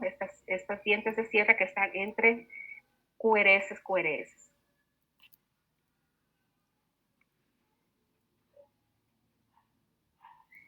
Bueno, entonces, ¿cómo lo detectamos? Como dijimos, a través de un electro. En relación a la FA, un poco menos frecuente, pero realmente el diagnóstico, el manejo, el tratamiento es el mismo, ¿sí? Aunque la frecuencia pues es diferente, ¿no? Entonces aquí, por ejemplo, vemos un aleteo, un flúter auricular, ¿no? Entonces vemos, por ejemplo, vemos todas las derivaciones, ¿no? Y podemos ver esta taquicardia, ¿no? Está un poco más regular, aquí vemos que hay un poco más de regularidad.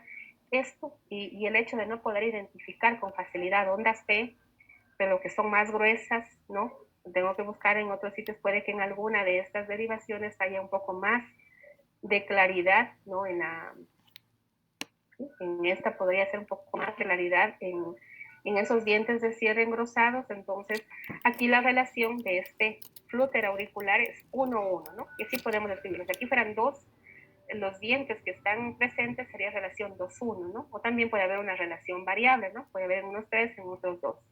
Pues aquí la conducción 1-1, ¿no? Es un aleteo auricular, ¿no? Que difiere de la fibrilación auricular en donde no veíamos esto, ¿no? Veíamos un poco más aplanado, un trazado un poco más fino.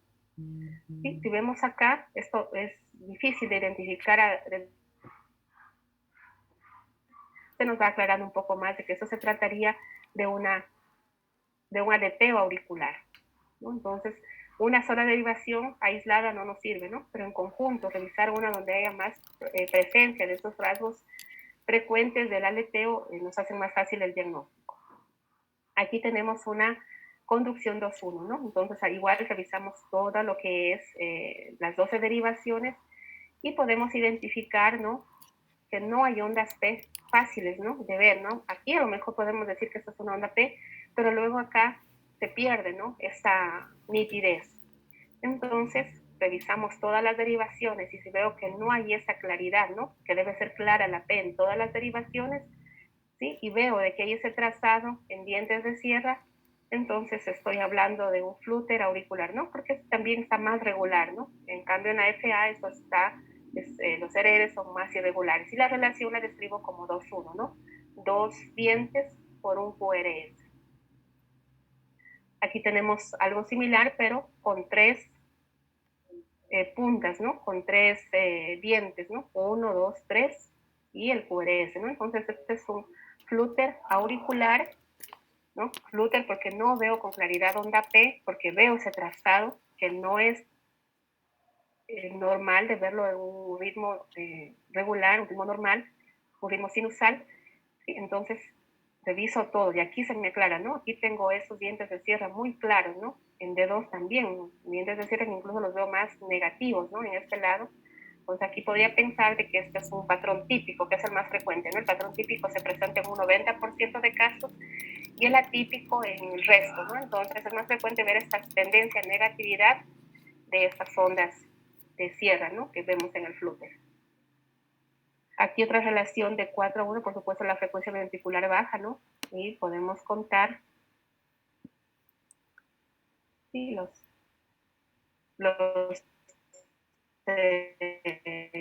intervalos o las puntas que podemos ver aquí, ¿no? 1, 2, 3, 4 y QRS, ¿sí? Más el resto de criterios, pues pensamos en que hay una relación 4-1, ¿no? No olvidemos de que tenemos que revisar el ST. Esto puede ocurrir dentro de un paciente que se está infartando, dentro de un paciente que está con una isquemia, ¿no? Entonces hay que buscar el resto de alteraciones, ¿no? Entonces corresponde buscar la relación que haya con la línea basal, si hay alteraciones en el ST o no, si hay inversiones posibles, ¿no? Entonces todo esto debe ser considerado. Y si a esto se suma que el paciente viene con dolor, con síntomas reflejos, si hay disnea, si a esto se suman antecedentes de diabetes, de hipertensión, de obesidad. Estos son factores de riesgo cardiovascular que ya conocemos y nos orientan a pensar en que aparte de la fibrilación o del flúter auricular, hay otra patología que también tiene que ser tratada de forma inmediata, ¿no? Y aquí tenemos variable, ¿no? Tenemos un intervalo RR variable como una FA, pero este trazado en dientes de sierra de esta derivación de V1 aquí me hace diferenciarla de una FA, ¿no? Esto no veo en una FA, esto veo un flúter, ¿no? Entonces, el trazado en una derivación puede ser la diferencia en el diagnóstico, ¿no? Que acá puede ser muy similar a una FA, pero este trazado en dientes de sierra, que no lo vemos con claridad en el resto de derivaciones, es bastante característico y me ayuda mucho a hacer el diagnóstico, ¿no? Entonces la respuesta ventricular puede variar dependiendo del tipo de bloqueo que haya, ¿no? De presencia de ondas de sierra que pueden encontrarse. Entonces ya vimos que puede ser variable, puede ser fijo, ¿sí? Dependiendo de esto, pues lo que describamos en el diagnóstico, ¿no? Entonces no olvidemos que el flúter es una taquicardia por macroentrada, ¿no? Es un tipo de taquicardia con macroentrada que responde poco a la adenosina.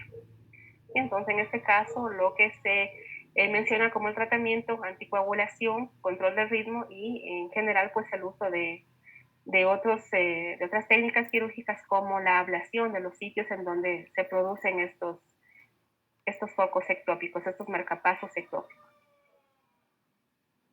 Muy bien, no sé si pudieron contestar todos la última pregunta. Entonces, tenemos un poquito más de espacio de tiempo para contestar, ¿no? Sí, lo que les había preguntado es por qué la adenosina no tiene un efecto sostenido en un flúter, en una FA.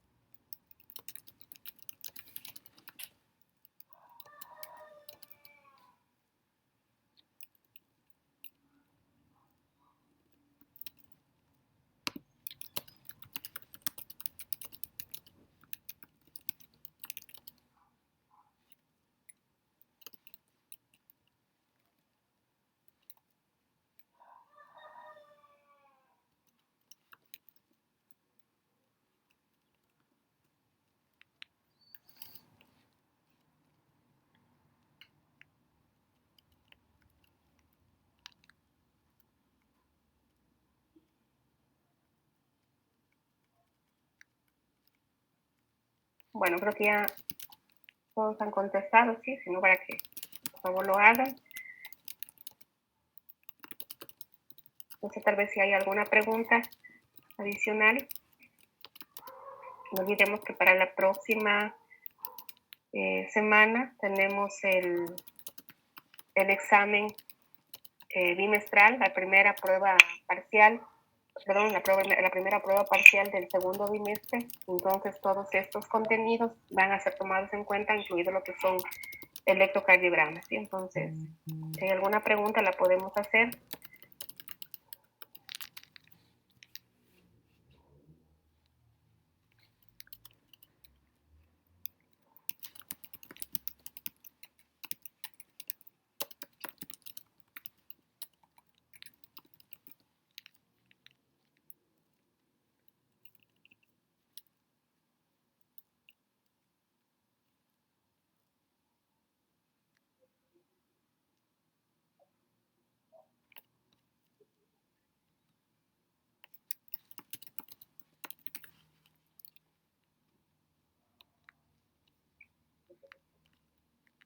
Muy bien, sí, entonces una de las razones que ustedes ponen que está muy bien, ¿no? La adenosina, por un lado, tiene una vida muy corta, ¿no? Vamos en cuenta de que la adenosina tiene un efecto sobre el nodo auriculoventricular, ¿no? Entonces, por eso lo que hace es frenar esa frecuencia cardíaca, mejorar la sintomatología del paciente, ¿no? El paciente viene con frecuencias muy altas incluso y eso va cuando la respuesta ventricular es rápida, entonces de alguna manera frena, ¿no? Disminuye la frecuencia cardíaca al actuar justamente sobre el nodo, ¿no? Sin embargo, por un lado, pues es una vida media corta, ¿sí? Pero hay una razón mayor todavía, ¿no? Que ya la habíamos mencionado y que está en relación con el mecanismo de producción, ¿no? Tomemos en cuenta de que si vamos al sitio anatómico, como aquí ponía un mensaje, Dani, me parece que fue Dani y Anderson, de lo que vamos a revisar aquí, ¿no? Entonces, el mecanismo de producción, ¿no? Del flúter está arriba, ¿no? Están las aurículas. El problema no es el nodo auriculoventricular. Entonces, realmente la adenosina es un medicamento que se utiliza, pero para mejorar los síntomas, ¿no? Para bajar esa frecuencia cardíaca, pero realmente pasa el efecto y esa alteración auricular continúa, ¿no? Entonces, en este caso, se puede utilizar, pero la respuesta es corta, ¿no? Y más que nada, no es la solución, ¿no? Porque el mecanismo de acción de la adenosina es diferente al mecanismo de producción de la fibrilación o del flúter, ¿no? Entonces, esa es la razón principal, ¿no? Por la que pasa el efecto, pues si realmente las aurículas siguen funcionando por su lado, una total disociación entre las aurículas, los ventrículos y el nodo AB ya no tiene nada que ver ahí realmente en la producción, ¿no? Pero sí, por supuesto que el inhibirlo mejora la sintomatología al descender la frecuencia ventricular en el paciente, ¿no? Entonces, por eso se puede utilizar, no es de primera elección, pero se podría utilizar. Sin embargo, pues la respuesta no va a ser permanente. Muy bien. No sé si tal vez hay alguna pregunta.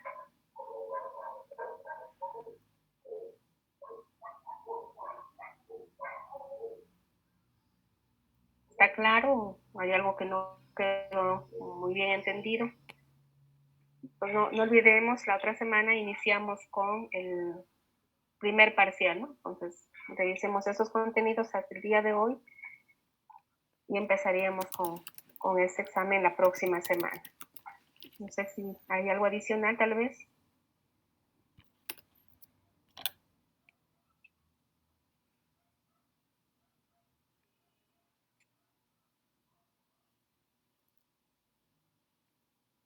Muy bien, si no hay ninguna otra pregunta, vamos a quedar hasta ahí.